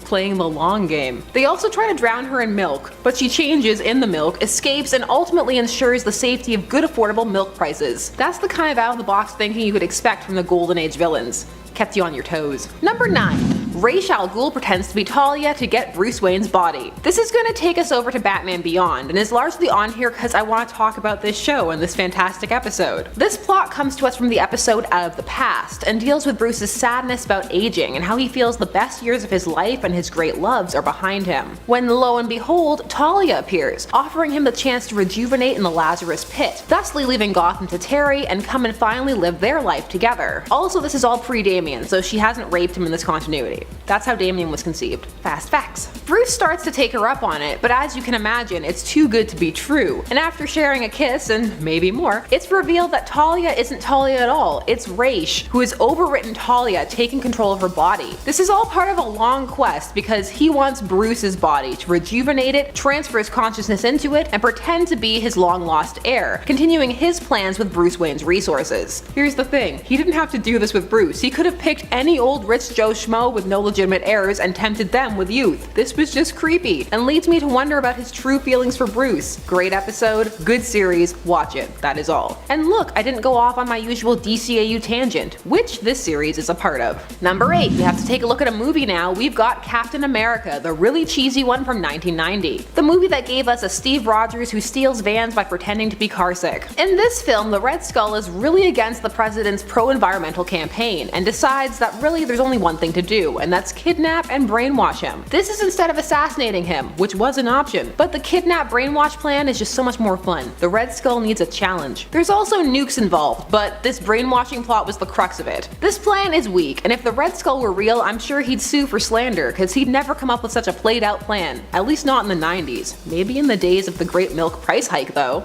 It was a joke, I know they're from different companies. Lower your pitchforks. Number 7, last movie for now, I promise. Then we're on to the full comic book zaniness, but we have to talk about Catwoman, the Halle Berry one. People often get caught up in the Halle Berry as Catwoman, or the terrible CG, or the costume trying so hard to be sexy it does a 180 and just becomes sad. But what is often skipped over is the plot. So this film involves an evil cosmetics company whose product will eventually destroy the faces of the women who use it, while also hardening them into stone. This is actually a classic storyline. We've been here before. However, when you make it the focal point of a 2004 movie, people start to poke holes in it. Lauren Hadari, played by Sharon Stone, is the wife of the CEO of the beauty company, and she just becomes obsessed. She kills patients. Halle Berry is not playing Selena Kyle in this movie. She kills her own husband and goes to great lengths to keep this a secret. They need to release this product and keep it going. However, here's the thing. This is an untenable plan. People are going to use this product and then the word will get out. Are you going to kill every single person who uses it? No. So essentially the fight is Catwoman trying to stop people from having to file a civil suit. A class action lawsuit, actually. This movie is actually really fun if you accept it on its own terms. It's not good, but that doesn't mean you can't have a good time. Number 6. Scarecrow makes everyone illiterate. So the DCAU, that being the DC Animated Universe, had a series of tie-in Batman comics. 2 series actually. And this plot comes from those pages. And it takes the heroes a while to figure out that it's actually a Scarecrow plot, because in all fairness, it doesn't match his usual MO, at least not until you really think about it. So in this story, nobody can read anything anymore. They can't read signs, books, nothing, and society just instantly collapses. Train conductors can't run trains, people can't follow road signs, pandemonium. The thing with this plan is that it takes a very loose look at illiteracy, like people can't understand symbols of any kind or things that were color-coded. Nothing. It's just a bit of a stretch. They can't even take money out of an ATM. All they're seeing is bizarre symbols. People are dying. They call it the illiteracy disease. This story was 2 parts. On the second cover it has Robin cowering in fear of road signs. The thing with this one is, well, it's just not accurately labeled. It makes for a fun story, but you really have to suspend your disbelief, which I'm 100% willing to do. Way to go outside the box, Scarecrow. That's good thinking. Number 5. Identity Crisis. Identity Crisis is one of those stories that was really well received when it was released, but people now look back on it with a bit of a jaded eye. Identity Crisis was released from June to December of 2004, and was written by famed thriller novelist Brad Meltzer, who wanted to create a thriller in the superhero format. The ramifications it had on characters and some of the mischaracterizations are still discussed to this day. But paradoxically, it was very solidly written. It just really needs to be taken on its own in a bubble, which thanks to 2 universe-wide shifts since, one can now do. So the villainess of this tale was Jean Loring, the former wife of the Atom, Ray Palmer, who set about terrorizing the loved ones of heroes so that she and the Atom would get back together because he'd be concerned about her safety. The only thing is, right out the gate, she accidentally killed the elongated man's wife, and then it was just a case of escalation. escalation. Let me kill my friend so that my ex will get back with me. Or I could call him. This is why she ended up in Arkham, which was also a terrible idea. She knew identities, but Ray put her there anyway. Maybe they truly were meant to be. Number 4. Lex makes a robotic Lois Lane. So Lex is obsessed with Clark on many levels, some that he probably doesn't want to admit to himself. And he's always scheming something. Remember when Connor Kent, aka Con-El, was Lex and Clark's son before they retconned that? Well, I will always remember. The New 52? What's that? So in Action Comics number 890, we learned that Lex's assistant had made a Lois Lane robot, and while Lex was like, okay, thanks, I'll keep it. And he did, and he slept with her. It's just weird. This is just bizarre villainous behavior. It happened while plotting, really, but you need to know. I mean, he's creating clones of him and Clark's DNA. He's sleeping with a Lois Lane bot. There are things that need to be discussed here that probably never will be. All I'm gonna say is, Klex. Number 3. Doctor Doom vs. Office Supplies. This comic is from 2006, and its full title is Spider-Man and the Fantastic Four in Brain Drain, Teachers Count / Office Max Custom Comic number 1. This comic features Doctor Doom trying to drain the intelligence out of the children of the world. But really what this story is about is being sponsored by Office Max and featuring some actual teachers. This is a PSA comic, so a public service announcement. Its message is that teachers need to be paid more. How it delivers that message, well, basically it's trying to talk about how they have to contend with real world issues like having to buy their own office supplies, but then goes, thankfully there's Office Max, so they're super affordable, hint hint. And also they take on ignorance, such as Dr. Doom's brain drain machine. This comic does have some stellar moments though, such as the teachers throwing office supplies at Doom, and also Reed being impressed by the Office Max supply store. He's actually like, wow, look at all these supplies, rubber bands and a ball. Reed is impressed by many things, but a ball of rubber bands? Okay, sure Jan. Number 2. Magneto was Zorn all along. This arc and the retcon that had to be done afterwards are still confusing to people. So Zorn debuted in the new X-Men Annual number 1, and he existed, like he was real, only at some point he was replaced by Magneto, and no one noticed, because Magneto sort of mimicked the abilities that Zorn had, and he was masked. But then he was unmasked, and haha, with the help of Chinese supporters, it was Magneto the whole time, and he wasn't dead, and he did all this, pretended to be a teacher for months because he wanted to infiltrate the X-Men. So yeah, this was clearly a reveal to be a reveal, and then they had to retcon it away, and it doesn't even make sense how they did it. Just why? Unpopular opinion, I think this entire run by Grant Morrison is overrated. Leave your unpopular opinions down below. I can see them now. You're overrated. You move your hands too much. Number 1. Big Barda and Superman are kidnapped to make a porno. So for this, we need to go back to Action Comics number 592. And in this story, poor Barda, who is just adjusting to her life on Earth, tries to stop a crime, only to end up in the sewers and kidnapped by a villain called the Sleaze, who lives up to his name and then some. He can control people's emotions and force them to do his bidding, and his plan at first is just to make her dance for him. But by happenstance, Superman ends up tracking Sleaze to the sewers, and then they both end up under his control. And his next plan is to take them to a pornographer to shoot an official porn movie for the money. The worst part, they're both fighting it the entire time, but can't. Thankfully, they're saved by Barda's husband, Mr. Miracle, and all they've done is kiss. Okay, this plan, it makes sense, it's just really gross and icky. It's not even a bad story, it just leaves you feeling like you need several showers. It's a super petty, weak plan. I mean, Sleaze, you were from Apocalypse, and this is the best you got? Actually, I'm kinda glad. If this was the B plan, I don't wanna see the A plan. It's probably, like a superhero orgy or something. And at number 10, interdimensional travel, The Flash. Complex powers, yay! The Flash's second iteration in the form of Silver Age baby Barry Allen tends to take the laws of science and just twist them, making them arguably inconceivable in our real world, but really neat to see on the panels of DC's comics. Of course, that lends itself to be a tad confounding. Such is the Flash's interdimensional travel powers. Now, according to the comics, the Flash can vibrate his body at a molecular level, which allows him to transfer himself between dimensions. Now, initially this was something that could only be achieved by his cosmic treadmill, but in later years he gained the ability to do this himself by increasing the intensity and speed of his vibrations. Now, to make things a little bit more complicated, adjusting those two factors acts as a means for a lot of the things that Barry can do, but more on that in a bit. Up next, number 9, talking to fish. Aquaman, of course. While Aquaman's ability to communicate with aquatic life has long been the butt of many jokes aimed at the DC's King of Atlantis, there's actually been some major retconning over the years when it comes to the scope of this ability and how it's defined, and just in general how people understand it. It's not just like chatting with a fish. For example, in the New 52, in the first issue of Aquaman, Arthur Curry is chilling at a restaurant when he's mildly harassed by other customers there, who make a point of saying that everyone knows Aquaman talks to fish. Arthur does not hesitate to clear this up, noting that, I quote, "Fish don't talk. Their brains are too primitive to carry on a conversation.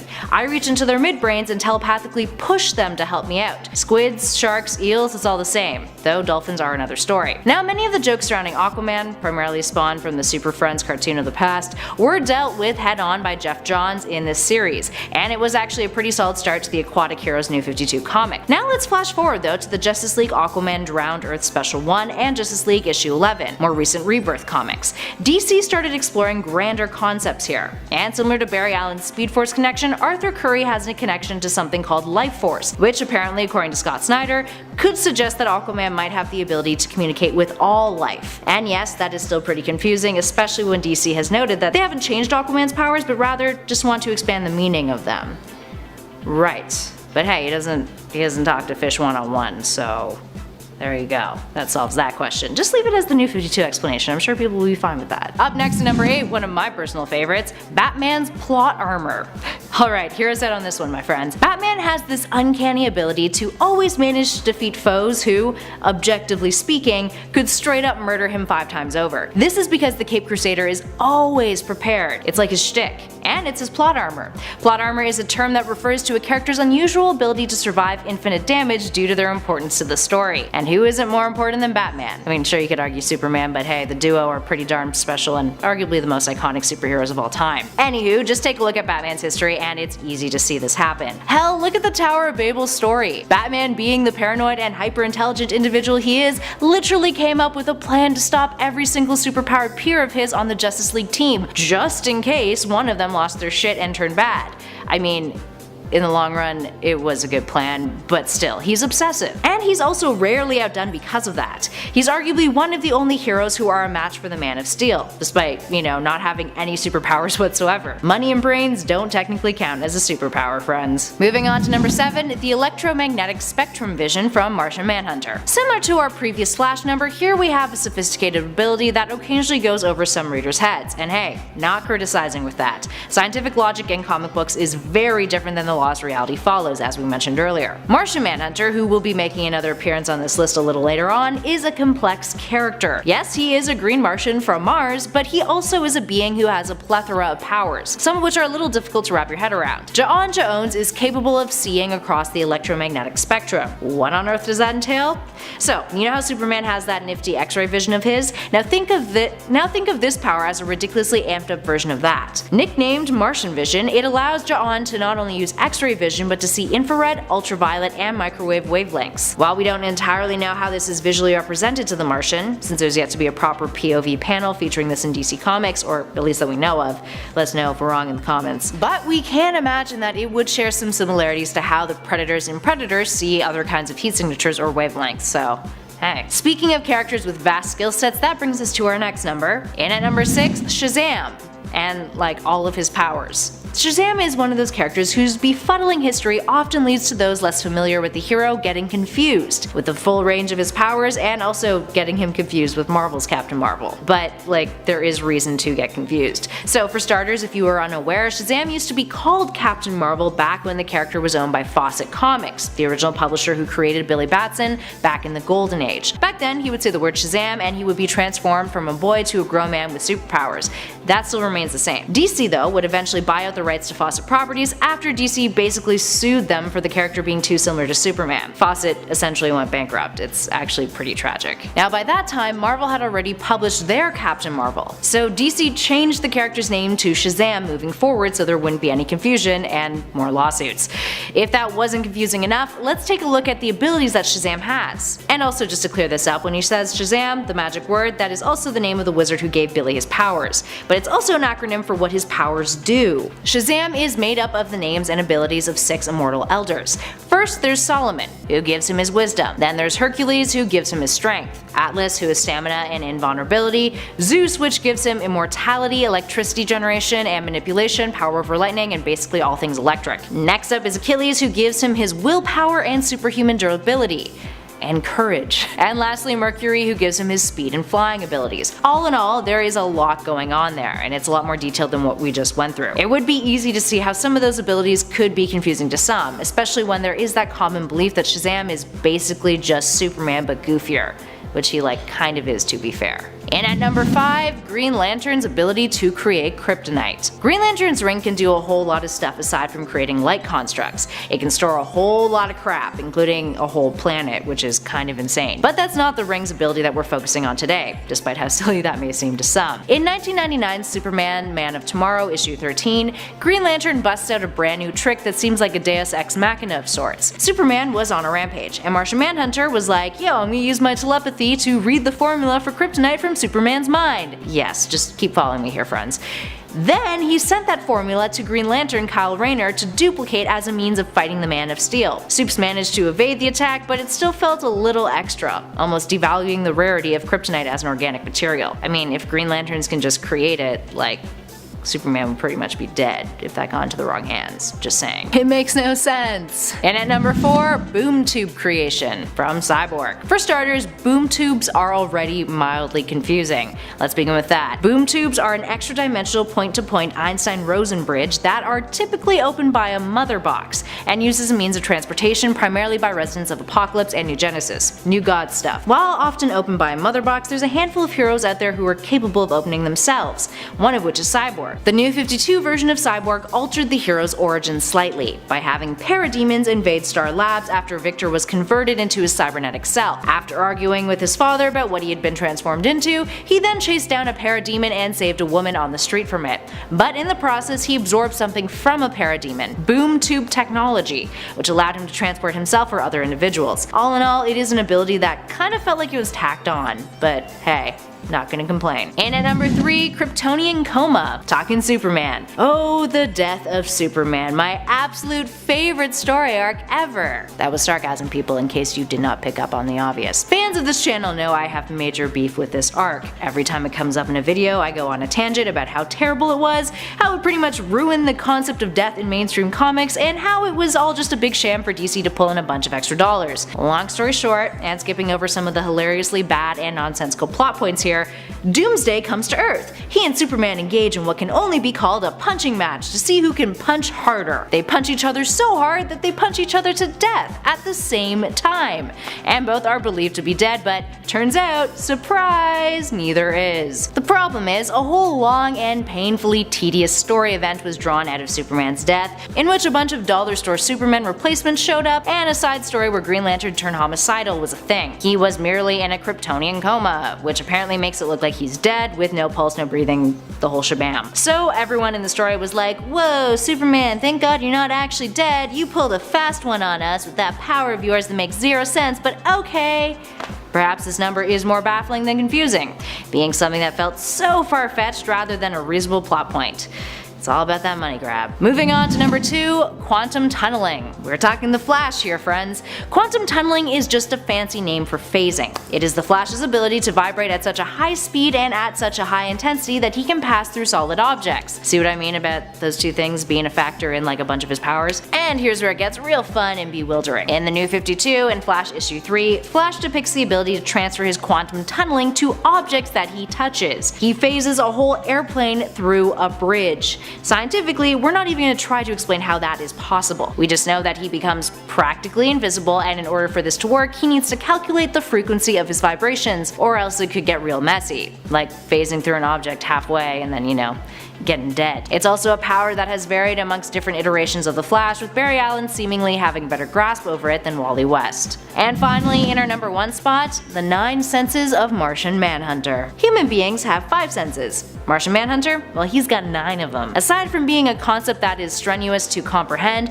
we can't help but be slightly perplexed by what on Earth, or Mars rather, all of those senses possibly do. It almost seems like a completely made up ability that DC just threw into the character's skill set for the fun of it. So out of the 9, 5 are the human senses that we have, but the extra 4 have never fully been defined in the comics. There is a fan theory that one of his 9 senses is a precognitive one. In Martian Manhunter's early days, the character exhibited precognitive abilities. Regardless, Ja On's 9 senses tops our list simply because there is no possible way for us to understand them, simply because they've never really been explained to us. And also, humans can probably better sympathize with 5 senses than a whole extra 4 that we don't have. All we can really do is speculate. We know that Martian vision isn't considered to be one of them, and thanks to JLA Year 1 Issue 6, we know that if his eyes were removed, he would still have the other 8 senses, meaning the additional 4 have nothing to do with vision. But thanks to Jack Kirby, there is reason to believe that those 4 senses are chopped up to abilities that he was shown as having in Detective Comics issue 226,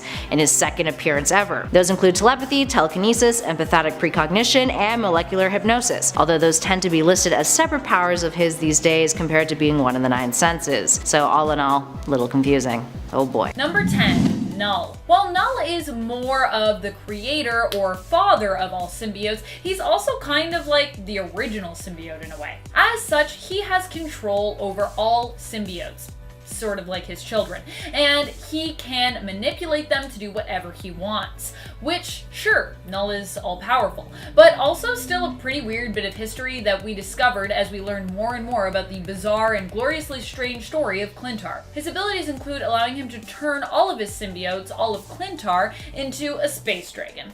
Yep. Don't get me wrong, I'm not complaining, just acknowledging how amazingly spacey and strange he is. He also managed to use his symbiotes to merge with the Silver Surfer for a brief moment, likely plotting to use the Silver Surfer as his very own symbiote herald.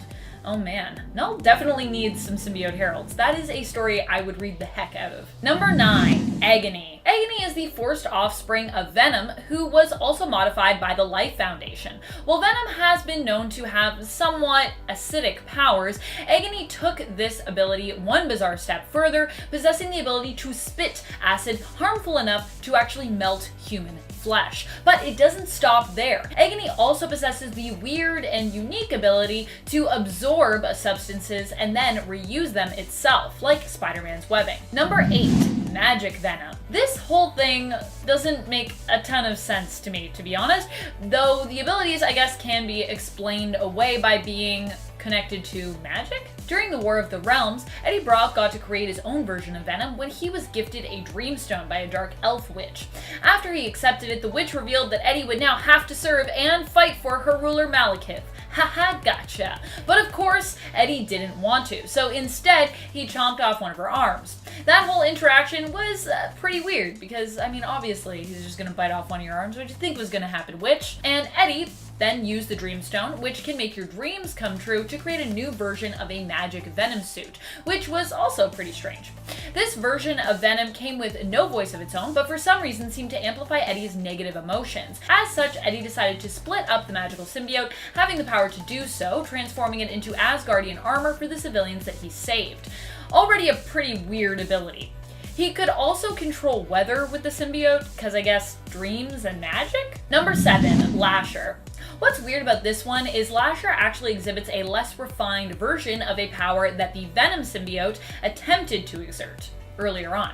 Okay, so I'm not going to lie, this one is just as interesting as it is strange in terms of symbiote history, which is kind of why I selfishly wanted to share with you guys on this list. But it is additionally and also fairly outlandish and odd power, so it also belongs here as well. Lasher is a forced offspring of Venom, whose creation was manipulated by the government and the Life Foundation. Lasher's weird power as a result of that is that it can bond with 2 hosts, though one host needs to be less sentient or non-sentient in order for it to work. This is interesting because it is originally a power that Venom attempted to flex when it sought to bond with both Peter Parker and Eddie Brock at the same time.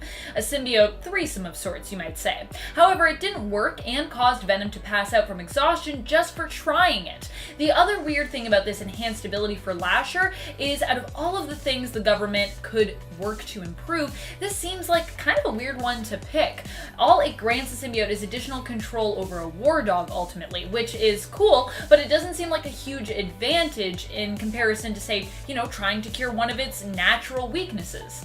which would be better. Like now it's not weak to fire or something like that. Number 6, Scorn. Scorn is the offspring of Carnage and Tanis Knives' prosthetic arm, because apparently that's a thing that can happen. As such, it has unique technological abilities, being part tech, part symbiote. It can fuse and interact with tech and seems to have a level of immunity when it comes to the usual sonic weaknesses that most symbiotes suffer from. What a weird symbiote though. A weird origin. Number 5, Toxin.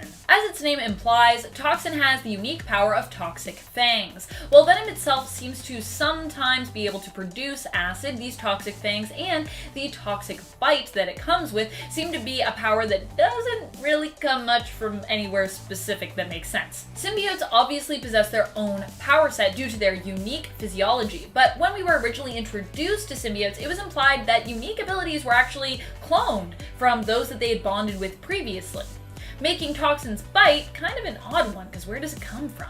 But then again, many of the other symbiotes have also appeared to have unique abilities, so maybe this is just a thing and we just learned about it later, and so symbiotes can be born with, or I guess develop, unique abilities just all on their own? And you might be thinking, like, maybe it does come from one of Toxin's parents, or Toxin's parent symbiote, but his parent symbiote was Carnage, so I don't know. What is that? Number 4, Carnage. Speaking of Carnage, I mean, the longer a character's history, the greater the chance that things might get pretty out there for the character. Like when Carnage and Venom randomly displayed the ability to travel through the internet in the 90s. But one of the other crazier abilities we've seen is the ability for Carnage to control another person's mind. And I'm not just talking about the usual back and forth bonding here between symbiote and host, though I feel like Cletus and a symbiote, when we're talking about Carnage, are really a combo team. No one is really vying for control. The decisions they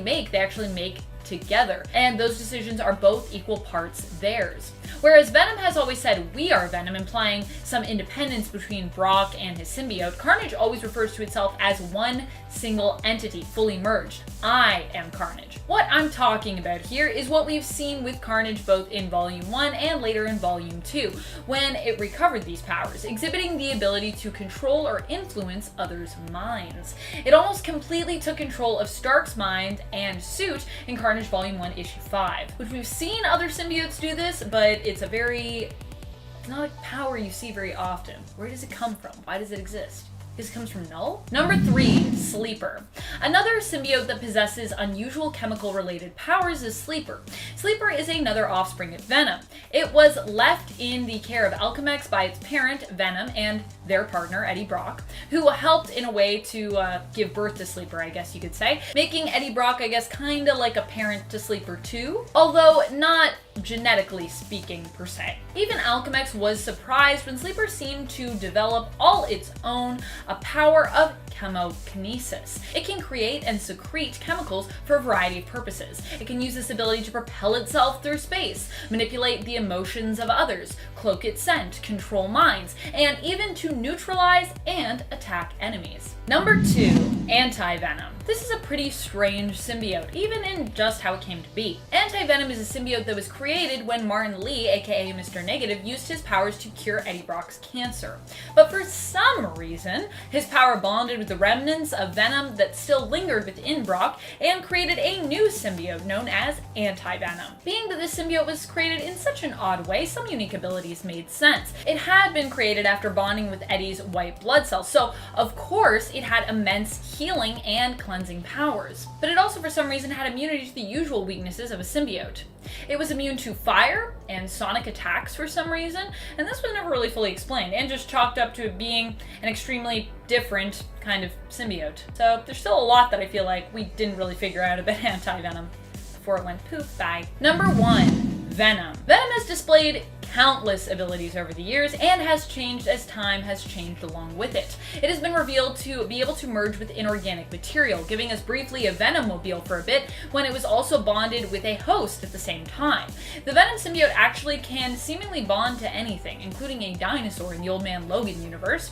It's learned how to grow wings, has immunity to Ghost Rider's penance stare for some reason, maybe because it was once bonded with Ghost Rider, has access to a pocket dimension, can camouflage itself, and can travel through telephone lines and also travel through the internet. But one of the strangest powers was revealed during the time it spent with Flash Thompson as Agent Venom in outer space during the Space Knight series. At that point, it was revealed that after being cleansed, well, partially cleansed really, as it would later turn out, it could hear the voice of the universe, which gave it kind of like a galactic SOS radar, allowing Venom to sense when planets were in danger. Yeah, entire planets.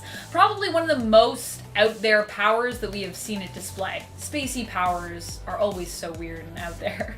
Number 10. Jubilee. Poor Jubilee, so often the butt of so many X-Men jokes, and she's also placed on so many lists of most useless X-Men or labeled as the one who shoots fireworks from her fingers. In all fairness, some of that came from the 90s animated intro, where that was literally her introduction. And in the comics, she does herself call them her fireworks. But because of the connotation people have with fireworks, they equate that with being harmless, which is not true in either capacity. Fireworks are far from harmless. Jubilee first appeared in the Uncanny X-Men number 244 back in 1989, and her powers are more than they appear at first glance. In reality, she generates pyrotechnic energy plasmoids from her hands, and they are far from random. She has mental control over them and can send them where she wants and have them explode on command. She can also control the intensity. They can either be bright flashes of light, just designed to disorient, or they can be powerful blasts that can destroy things and cause damage. She can also target the inside of a human brain and cause a stroke, and afterwards, she reabsorbs the energy into herself. It was revealed by Emma Frost that Jubilee actually has a lot of untapped potential, and could maybe one day detonate her energy at a subatomic level, which would cause mass destruction. So she's one of those secretly really powerful mutants, so watch out. We're also just talking about her as regular Jubilee, not Vampire Jubilee or Wondra. Number 9. Domino. Now, since the release of 2018's Deadpool 2, more people are aware of Domino and her luck powers. But what are they actually? Because depending upon the writer, even they don't seem to know exactly how to implement them. Domino made her first full appearance in X-Force number 11 in June of 1992, and what her powers really are a subconscious psionic ability to telekinetically affect the outcomes of probability in her favor. So she calls it luck, but really it's her manipulating her own environment with her latent powers. Her abilities are activated when she is in stressful situations, which in her line of work boils down to essentially all of the time. However, in order for these to work, Domino has to actually be involved in what's going on, so she can't just sit there and alter things from afar. She's not the Scarlet Witch. As her abilities also impact her, they impact how she moves in her environment. So that means her telekinesis impacts her reflexes and agility as well, causing her to appear enhanced, and she does operate on a superhuman level because of all this. There have been periods in time where she can control her abilities. It really depends on who's writing her. Number 8. Matter Eater Lad. Now you may be saying, these powers seem pretty simple, he eats matter, it's right there in the name. And yes, that is true. What people have more trouble with here is how exactly would these powers be useful at all? He first appeared in 1962 in Adventure Comics number 303. Because of poisoning on his home world, his people have had to adapt to be able to consume anything, and yes, they were from the planet Bismol, as in Pepto. Hilarious. The thing is, yes, he can eat anything, but when is this useful? Is it for escapes? Can he consume MacGuffins? It's the kind of ability you need to work to get into a story, and apparently most writers felt that way as well, because the character has largely disappeared. Post Infinite Crisis, he's been pretty much absent in the DC universe, and dare I say, potentially not that missed. I'm sure those who do miss him will let me know down below. Number 7. Squirrel Girl. Now let's start off by saying being on this list is not a dig. People get really defensive about Squirrel Girl. Don't even talk about her. Don't even look at her. Who are you to breathe her air? How dare you? She beat Dr. Doom. Squirrel Girl was first introduced in Marvel Superheroes Volume 2, number 8, in 1991, and at first she was a bit of a joke character. There's actually a version that appears in a Tick episode of the animated series from the 90s, The Tick vs. Education, which is a great episode featuring Sarcastro. I like squirrels. What? That's my battle cry. Villain, I like squirrels. But back to Marvel's version. Over the years, this character has grown to be an established part of the Marvel mythos, and she has been utilized in a variety of ways. So her powers, prehensile tail and buck teeth aside, which are attributes not abilities, but I digress as she did use them as a squirrel would. When she first appeared, she listed everything she could do. She has the agility of a squirrel, the claws of a squirrel, retractable knuckle spikes about 3 inches long, so watch out Wolverine. And while she can communicate with squirrels, which is what most people remember, she doesn't do it telepathically. Instead, she just understands their speech, and they can understand her as well. Over time, she had more abilities added, heightened reflexes, lips that taste like hazelnuts. She was a mutant, then she wasn't one. It's a lot, but now you know. The most important takeaway? Definitely the hazelnut lips. Number 6. Hindsight Lad. This is another one of those ones where it's like, when would you need this? I mean, I can think of one applicable use, and that's if you were trapped in a time loop and he was the one person who remembered it. So Hindsight Lad is Carlton Lefroy. He first appeared in New Warriors Annual Volume 1 Number 3. Here's the thing, he doesn't really have powers per se, he's just a skilled tactician, and he was a skilled researcher. So he could look at situations that had passed and be like, this is what went wrong. Like many people, you too could be Hindsight Lad. The reason he's on here is because people think it's a power, like Captain Hindsight from South Park. He flies in as like Spider-Man, you should have changed your web cartridges before this battle. But really it's more he sits at the computer and replays everything like a football coach. Yeah, like Matter Eater Lad, he doesn't get a lot of playtime these days either. Number 5. The Tick. The Tick has powers, he says so all the time. He's nigh invulnerable. But what does that mean? The Tick was created by Ben Edlund and first appeared in New England Comics Newsletter number 14 back in 1986. He's a parody-esque superhero and fights crime in The City, and his strength is never fully defined. In the comics, he is full-on an escaped mental patient. In the 2016 series, he claims his strength is 10, perhaps 20 men, a crowded bus stop of men. So when it comes to nigh invulnerability, it means it's pretty much impossible to hurt him. He feels pain, particularly in his antenna, but the threshold is not consistent. He can survive being hit by a train, but depending upon the issue, villains can just knock him out. He also has something called drama power, meaning he gets more powerful the more dramatic a situation gets. And with the Tick, you know it's gonna get mighty dramatic. So in short, his powers being perfectly defined is less important than the story surrounding them. He is more of a comedic character after all. Also, give me your favorite animated episode. Mine is The Tick vs. Comfort. And shout out to Batmanuel and Deflator Mouse, who I love equally. Number 4. Karma. Karma is one of the newer mutants to have been created. She first appeared in Marvel Team Up number 100 back in 1980. And one can guess based on her name that we're getting into psionic and empathic territory, but it's darker than her name would suggest. Karma can possess animals and people, and she doesn't need to be close to them to do it.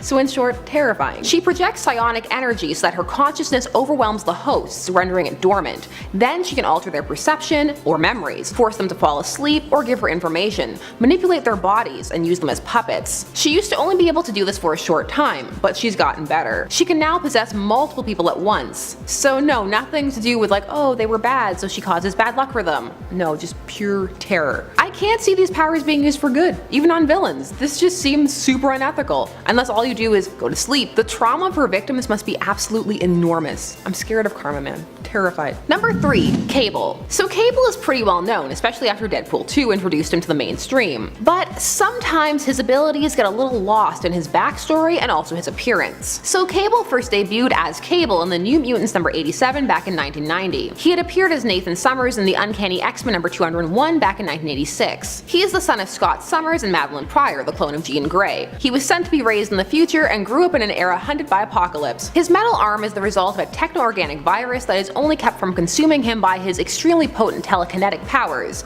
He's also a telepath on top of this, and an extremely powerful one. These last two abilities can sometimes be glossed over or utilized in such a way that for new readers it can be mistaken for tech, and depending upon the era they might not be wrong. At first he wasn't as powerful because he was fighting off the virus all the time, but as that receded he's now pretty much on par with Nate Gray. Why this is confusing is that for a time he had lost his mutant abilities and was using tech, but then got his mutant powers back, and this losing and gaining plot has been done multiple times. So this is less a question of how does it work and more a question of what era is it and what is going on. For example, he might have precognition but nothing else, or all his abilities, or he has the virus or he's cured. It's a lot. Number 2. Dazzler. So Dazzler is getting an animated series alongside Tigra, so that will be interesting. Marvel is determined that they will take Dazzler away from her roller skating record company tie-in origins. Dazzler first appeared in the Uncanny X-Men number 130 in 1980, and all of this was supposed to lead to a tie-in film with Bo Derek that never happened. So Dazzler is able to, and I quote, transduce sonic vibrations, which reach her body in various types of light. This means she transforms the energy that reaches her into vibrations, and that can be mechanical, acoustic, acoustic or thermal. Although, really we need to reverse some of this. Dazzler utilizes her ability through music, and that quote should really say that all of this leaves her body through light. So she can pull the sound away from a person to recharge herself, and she radiates light at different frequencies as she so chooses. But she has to pay attention, otherwise she'll just be creating white flashes everywhere. So how does she use her powers? Well, 1. Hypnosis. She can create a trance-like state in people, and she has done this at her concerts to make people have a good time, which again is terrifying, and it makes me think maybe she can't even sing. That's so shady. Anyway, she can also upset people's balance, generate laser beams and fire them with her fingers or eyes, create a shield to deflect energy beams.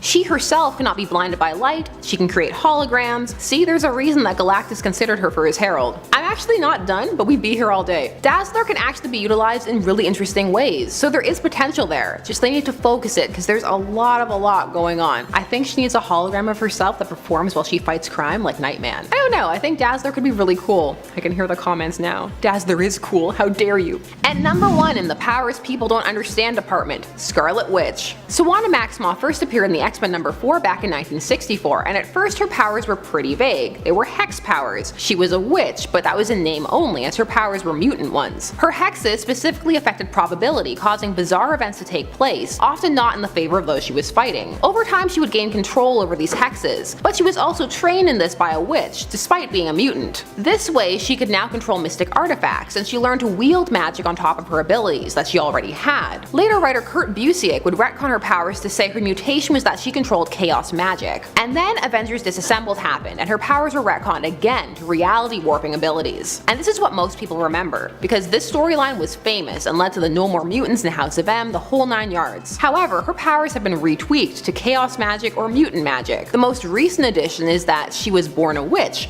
and then the High Evolutionary genetically altered her to make her more receptive to magic. So I think why she's on here is clear. It just won't stop changing. It's like Wonder Girl's backstory. In at number 10, Danielle Moonstar. Danielle Moonstar is a confusing character, period. She's an individual who has been through multiple iterations of aliases, to the point where it's almost comical. Danielle Danny Moonstar first appeared in the New Mutants in 1982, and is a Cheyenne superhero who is generally associated with the X-Men. She was initially codenamed Psyche and later became Mirage. And her abilities history is a long one. Let's start with her mutant powers. She was a former empath who lost her abilities to communicate with animals and create 3-dimensional images of visual concept within her mind and the minds of others. Like I said, she lost that. Generally, she could manifest people's fears or desires as realistic illusions. She lost those powers on M-Day and then regained them after being infected with the transmute virus, but then was also cured of it by Dark Beast. See what I mean? It's already confusing. She briefly could make telepathic images manifest as psionic energy, allowing them to become tangible entities of solid psionic force, but that was limited. She would carry around a dream spear with her to destroy them when she was done with them. Unfortunately though, these powers would give her blinding headaches. Then, she became a Valkyrie, and was endowed with the Valkyrie power to perceive death. She would lose those powers though when Asgard fell, but then made a deal with Hela to get them back. And, in the past, she was capable of manipulating quantum energy. Moving on to number 9, Black Hood. When you hear the name Black Hood, a couple of different things may pop into your mind. For starters, it's a name that likely elicits a pulp character. Mysterious and criminal perhaps in nature, a vigilante maybe. Now for those of you immersed in pop culture sensations, you might think of the CW TV series Riverdale and its mildly absurd Black Hood serial killer storyline. If you don't watch Riverdale, yes, that's a thing. Well, the Black Hood comic character actually has relations to that latter association, since he was a creation of Archie Comics. First appearing in Top Notch Comics issue 9 in 1940, he became rather popular, getting his own title called Black Hood Comics in 1943, which was a pulp magazine that ran for 11 issues before it was retitled and shifted its focus to being an all-humor title. During his time under Archie Comics, he was merely a great fighter and detective, but after the character was revived by DC's Impact Comics imprint in 1991, he gained a different set of powers, magically increased physical abilities and awareness. So what does that even mean? Well, we'll get to that in a sec, because here's where it gets even more befuddling. Impact had 3 Black Hoods. The first was a bitter vigilante who was killed off in their first issue of Black Hood. The second was a high school student who took over the hood but then abandoned it. And then the third was a former mobster who killed the first Black Hood. Whenever somebody wore the hood, they would get heightened awareness and increased strength, speed, and agility. The real kicker though? The hood was believed to be cursed, with each individual who wore it eventually succumbing to death, and the hood finding its way into the hands of a new individual who had the potential to take up the helm. Moving on to 8, the Thunderer. The Thunderer is a character who was published by Timely Comics in the Golden Age, the predecessor of Marvel. He's a dude whose superpower was high impact voice amplification. In other words, dude shouted real loud. So let's backtrack here for a sec. Thunderer first appeared in 1941 in Daring Mystery Comics issue 7 and was a fellow named Jerry Carstairs, a radio operator frustrated that the US wasn't dealing with crime or Nazi saboteurs, so he took the law into his own hands. After learning of a Nazi infiltration operation that was abusing the radio station he worked at, he adopted the Thunderer persona, a costume with a built-in microphone, and took them down. He is capable of deafening people or leveling buildings with his sonic scream. Sure, you could call him a predecessor to Black Bolt's perhaps, on a creative level, but let's be real here. How exactly he was able to create a built-in microphone to do that in the 40s and level buildings is beyond me. Needless to say, he fell into obscurity, with one of his only claims to fame now being that he appeared in an animated Spider-Man series in an episode called Six Forgotten Warriors. At least his costume looked kinda cool though, you gotta give him that. And at 7, Jazz. If you thought Thunderer was a character who had a silly power, get ready to wrap your mind around Jazz. No, not the music,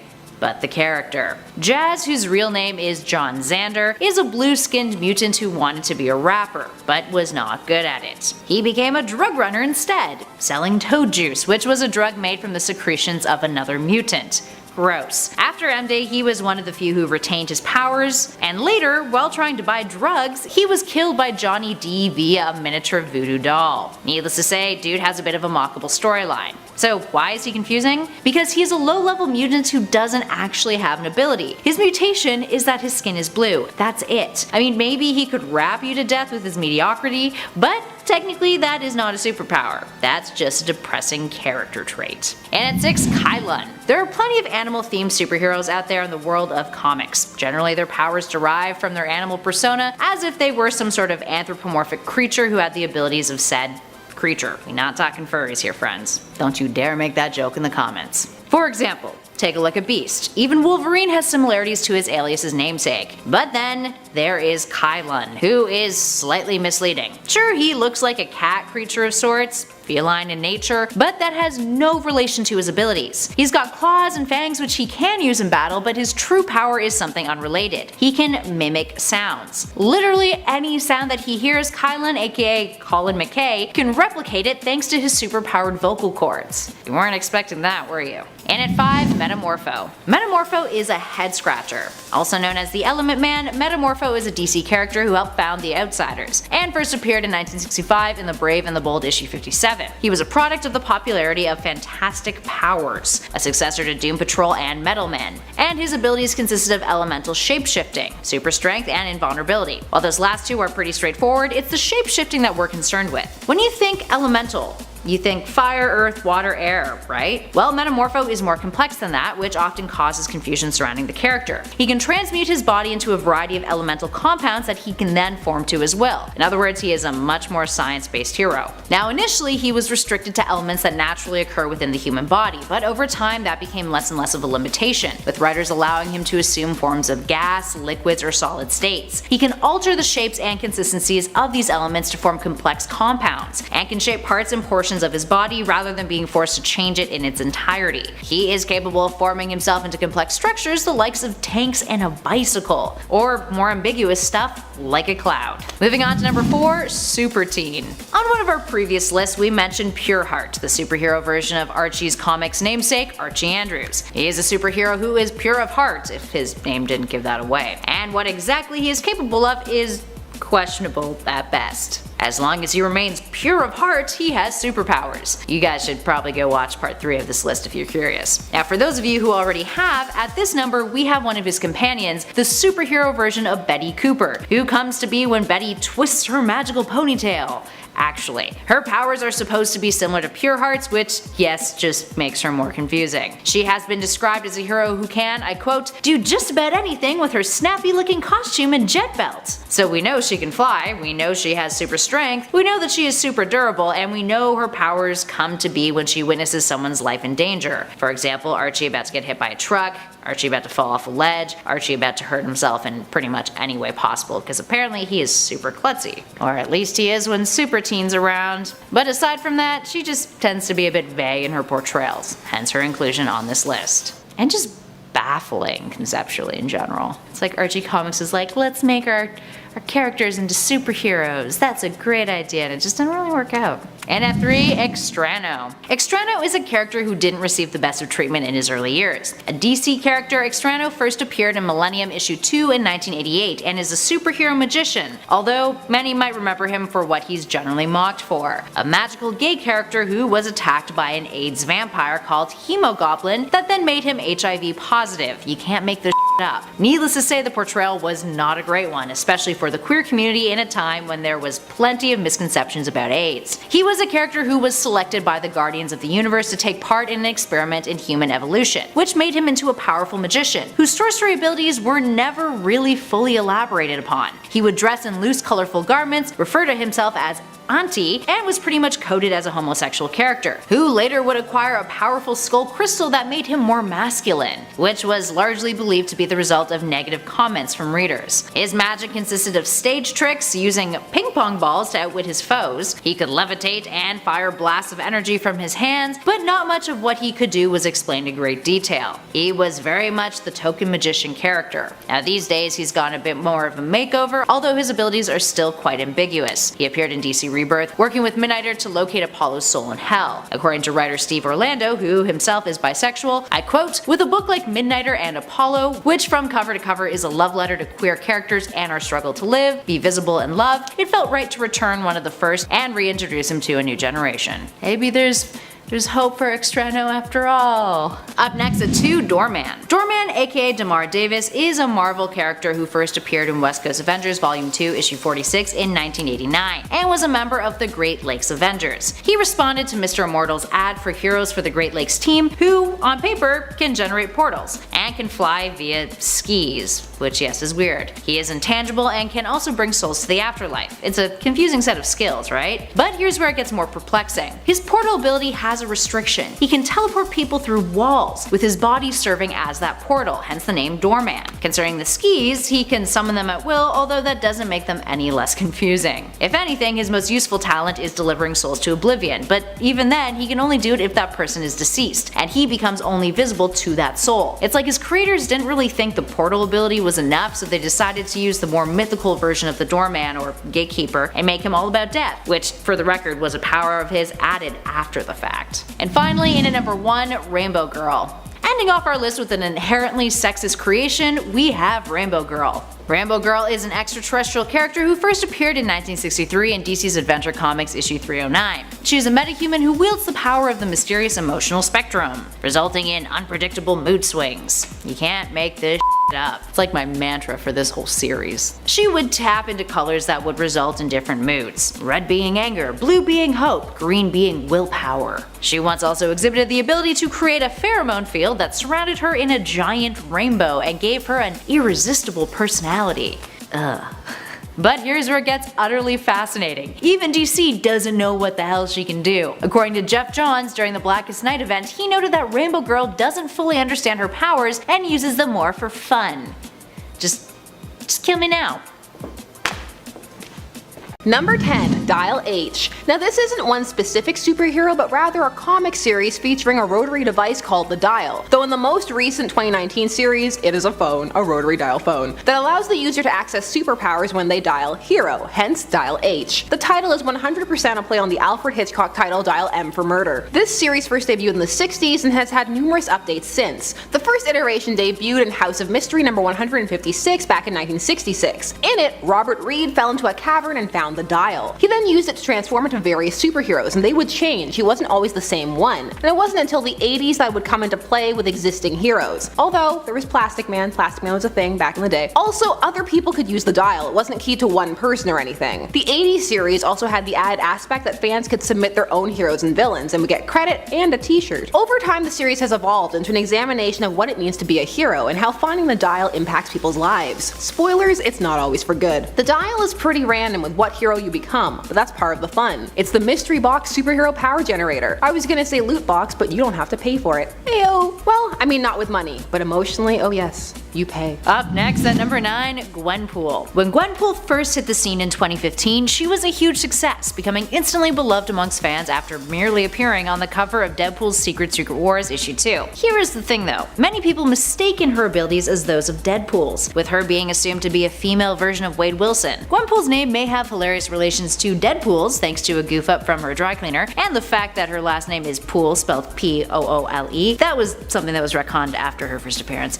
might I add. So if she doesn't share Deadpool's powers, what exactly can she do? Well, she is a brilliant tactician, has vast knowledge of the Marvel Universe, claiming that she is from a timeline in which she read the comics and is now actually a part of them, plus she breaks the fourth wall like it is nobody's business. She knows her way around a whole lot of weapons, is capable of interdimensional travel, and has a regenerative healing factor, which yes, Deadpool has too, but they're very, very different characters, people. Very different. Number 8, Jack Hawksmoor. He is a member of the Authority. This is a Justice League-esque team published by Wildstorm Comics, featuring the characters from Stormwatch. Most people know it because Apollo, the Superman pastiche, and the Midnighter, the Batman pastiche, were married. Yes, I said were. People think of other things too, but this comes up a lot. You know it's true. Okay, so Jack Hawksmoor. He debuted in Stormwatch number 37 back in 1996, and has been in the Authority since issue 1. And he can't survive outside of an urban environment, so no trips to the country for him. When in the city, he has superpowers that are tied to the city. These include super strength and agility, just like a city. Telepathic control, and he can animate objects in the city, like the buildings. This varies a little bit from city to city, and Jack acts like each city is a unique entity, which no way they are. City doesn't feel like a word to me anymore. He one time turned a city into a battle suit for him to wear. He also doesn't need to eat because he converts air pollution into sustenance, so he must be doing great. He can transport between cities in a mini womb thing. What's the confusing part here is, why does the city do this to him? He was modified by humans from the 70th century, which caused him to have these powers. You have a lot of freedom with this. You can do some zany things based on the cities he's in. My plan is just to go into a field in the middle of nowhere and stand there. He's done. These modifications were made to him so he could fight a threat from the future. A city-based threat, clearly. In at 7, The Impossible Man. The Impossible Man hails from Marvel Comics, first appearing in Fantastic Four issue 11 from 1963. He is an alien character from the planet Pop-Up, which yes is a great name, and he has shape-shifting abilities. Plus he was typically used for comedic relief, portrayed as a lonely, attention-seeking extraterrestrial who annoyed the crap out of the Fantastic Four. In addition to his shape-shifting and mimicry abilities, he could also teleport and had an encyclopedic knowledge of Earth culture. So if that description is so straightforward, how did he end up getting on this list? Well, it's because of how the Impossible Man was depicted. His first appearance had him visiting Earth on vacation and assuming that he was the most powerful being on Earth after meeting the Fantastic Four. And then the story consisted of him harassing the team of heroes, wanting to start up an Earth pop-up travel agency. His earlier depictions gave him unlimited shape-shifting powers via molecular rearrangement, but due to his use as a comedic character, the extent of his abilities often fell into befuddling territory, and the full scale of his powers became questionable, since he was also able to mimic the likes of Thor and Wolverine. All in all,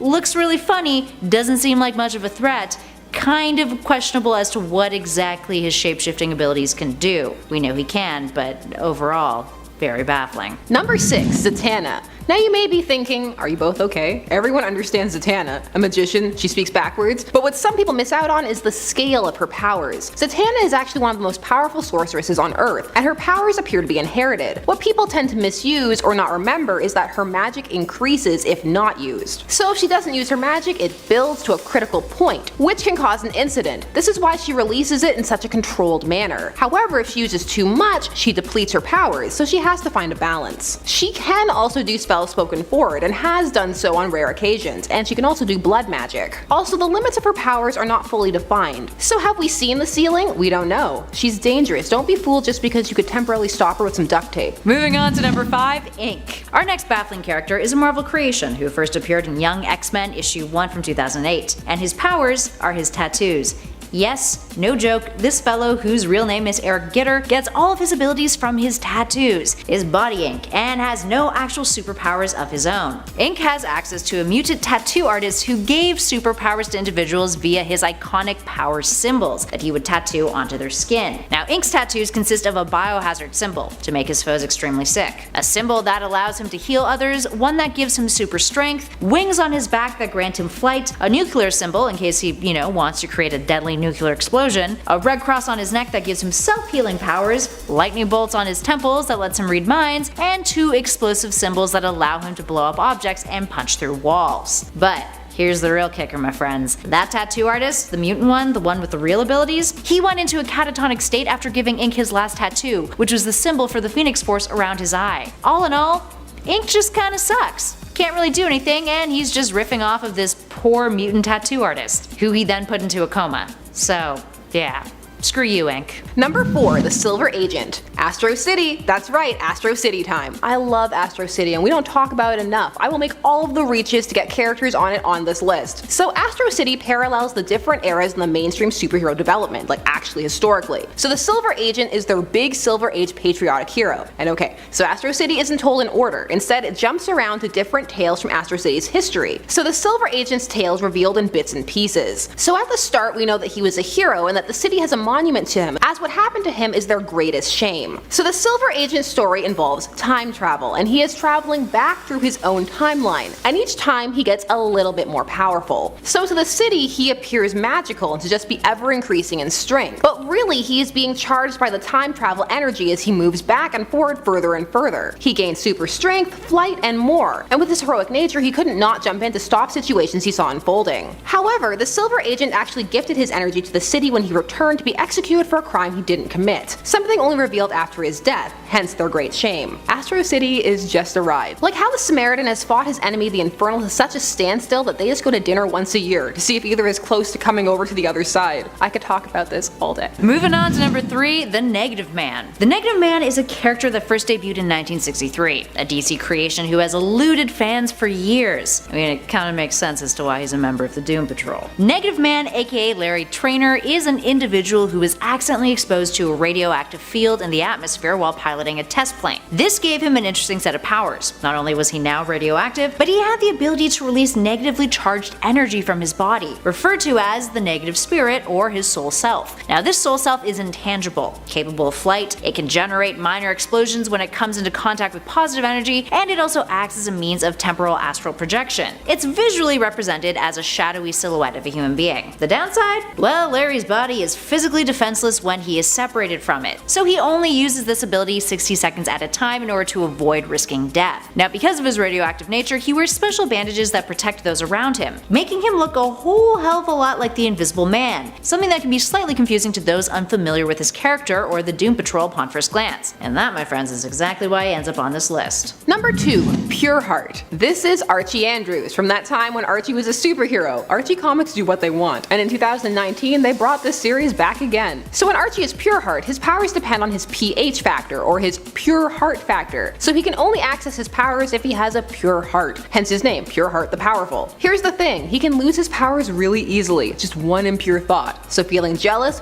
boom, powerless. Accept a gift or kiss from a grateful rescuee, boom, no powers. I hope they don't do it mid-flight, cause then, well, they're both dead. And finally, in our number 1 spot, Phantom X. First appearing in New X-Men issue 128 from 2000, Phantom X was a character created by the Weapon Plus program to act as a super sentinel against mutants. He's a very convoluted, complex character. So, Mutant Plus does this. They use a process that uses techno-organic organisms whose living tissue is then fused with Sentinel nanotech on a cellular level. Phantom X is birthed from a woman who underwent that process. His mama went through that and he was raised in a place called the World, a man-made environment for these super sentinels. All in all, it is very absurd and peculiar, as are his powers. His nervous system is referred to as something called EVA. This nervous system can come out of his body, yes, like outside of his physical being, and it develops into a techno-organic flying saucer of sorts that he then has a symbiotic relationship with. When EVA is separated from him and in pain, he feels pain. But when he is attacked or someone or something has inflicted damage onto him, he feels nothing, no pain at all, and can ignore those injuries. Phantom X can also see through Eva's point of view, and can control her movement and reshape her form, or body if you will, if he concentrates enough. If that wasn't perplexing enough, Phantom X has microtechnology laced into his blood, which have some eerie effects, prohibiting him from things like believing in anything greater than himself, like gods or supernatural beings or the concept of love. He also can't see colors, which, I mean, in comparison to all the other stuff, is probably not that big of a deal. dogs can't see colors, so. He can self-heal, and he can alter his body to increase his strength or hearing range. He can also enter a trance in order to perform crucial tasks such as perform surgery on his own body. All in all, he is a curious character to say the least, and to not entirely understand what he does, I mean, in my opinion, is perfectly acceptable. Number 10. Johnny Storm and the Thing. For almost no reason whatsoever, these two have had a rivalry on and off in the comics. Why? No one really knows. Their fighting and arguing comes in the form of trading insults, with Grimm often threatening to kill Johnny. Jeez. The two prank each other and Johnny berates Grimm, calling him ugly, while Grimm calls Johnny stupid.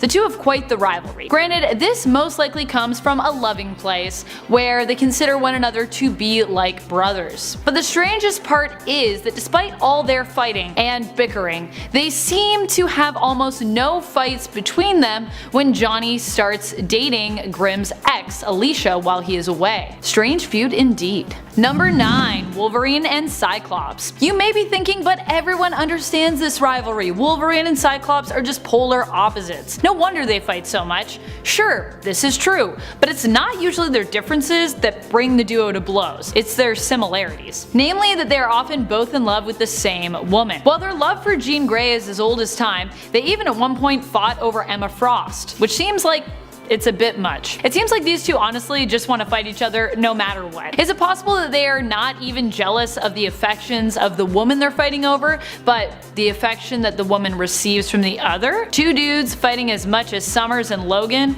makes you really want to know why. And if there is some tension to ship between them, I know I certainly would ship it. There's gotta be some love under all that hate. Number 8. Kitty Pryde and Emma Frost. For a team and family of mutants, the members of the X-Men sure fight a lot. Though Emma Frost was admittedly part of Magneto's Brotherhood of Mutants, and longtime enemy to the X-Men, so it is understandable of Kitty Pryde to be hesitant to trust her. But after Emma reformed, she didn't want to continue to not get along with Kitty. She actually was the first to extend the olive branch, offering Kitty a place at her school. Kitty, however, was still holding a grudge and refused. This led to Emma waging all-out war on Shadowcat, which seems kind of intense. I get that the two already had a hard time getting along, but someone not wanting to sign up for your school does not mean that you should all out aim to destroy them. Little overkill there, Emma. Number 7. Batman and the Green Lanterns.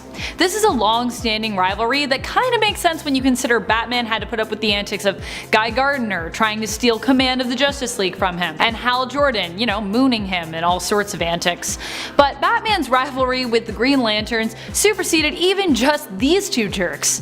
Batman even has a beef with John Stewart, one of my favorite Green Lanterns. Why? John Stewart comes at him for all the Green Lantern hate he spews, calling him out as a man who is just threatened by Hal Jordan because Hal isn't afraid of him. Rather than admit that not seeing eye to eye with Hal is maybe a two-way street, Batman just doubles down. He really does not like Green Lanterns telling him how it is. I mean, I get it in terms of Hal and Guy's case, but John? Really? You're gonna let a feud form there too just cause of the other Green Lanterns? Ugh, yipes. Why can't Batman just get along with at least one Green Lantern? Just one. Number 6. Wally West and Kyle Rayner. These two heroes are both ones that adopted mantles. Wally West became the Flash after Barry Allen, and Kyle Rayner replaced Hal Jordan's Green Lantern. The pair consistently mock one another and often try to debase each other, criticizing one another left, right, and center. This feud started as soon as the two pretty much met, and stems from the fact that they simply think the other is just not good enough to replace the former hero who wore the costume previously. Which is interesting because almost everyone else thinks that they both do a good job. Rather than just accept that they are both doing their best and both good in different ways, they choose to bicker and compete at every opportunity they get. Like little kids, these two. Number 5. Bishop and Gambit. This duo have also butt heads ever since they first met. Bishop comes from a future where the X-Men have perished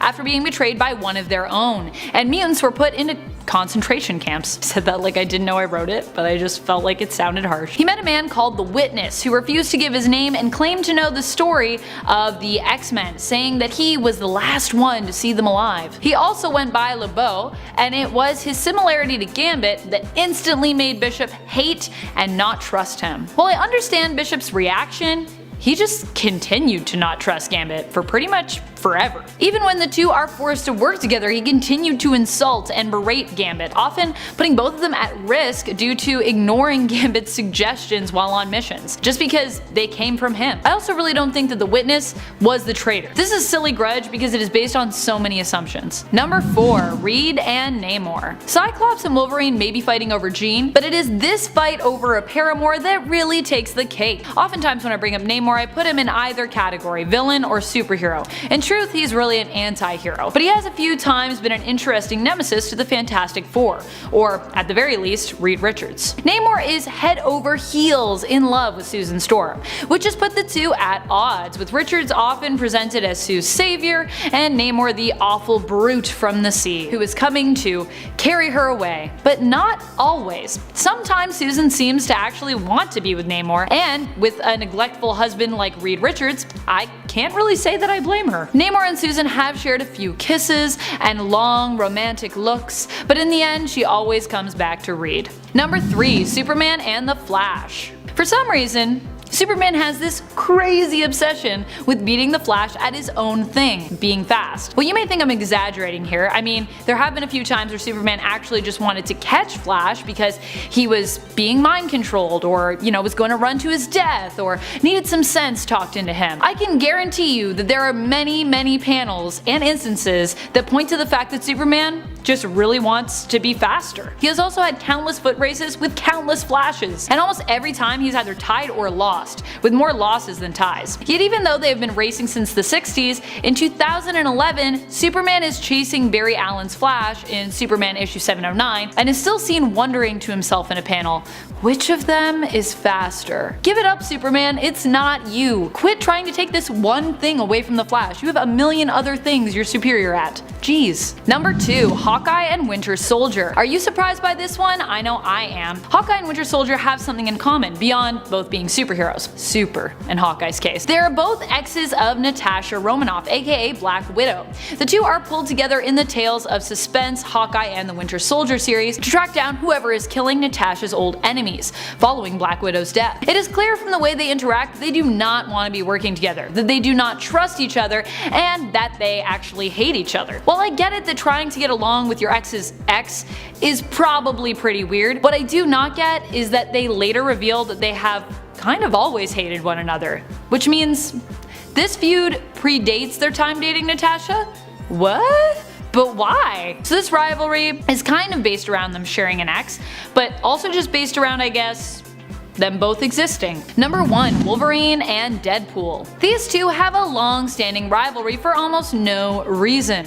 They often fight just to fight. At one point in the comics, Deadpool fights Wolverine because a doctor prescribed him to fight a superhero to help fix his hallucinations. Another brutal fight they have ends with Wolverine offering to buy Deadpool a beer. Mostly, these two fight just because they can. They both have insane regeneration factors, which means they can usually take the fight as far as they want and make it as violent as they desire, and still both be fine. It is a really strange relationship. Of course, Deadpool does take it far enough to kill Wolverine when he brings a carbon-atium sword to take him on when he kills the entire Marvelverse. But don't worry, that death is not part of the main continuity. Wolverine is fine. Beyond this, there is also the hilarious rivalry that translated weirdly to the X-Men Wolverine Origins film, and beyond that, the Deadpool movies, where Deadpool just enjoys poking fun at Logan. I suspect the two might actually secretly be BFFs.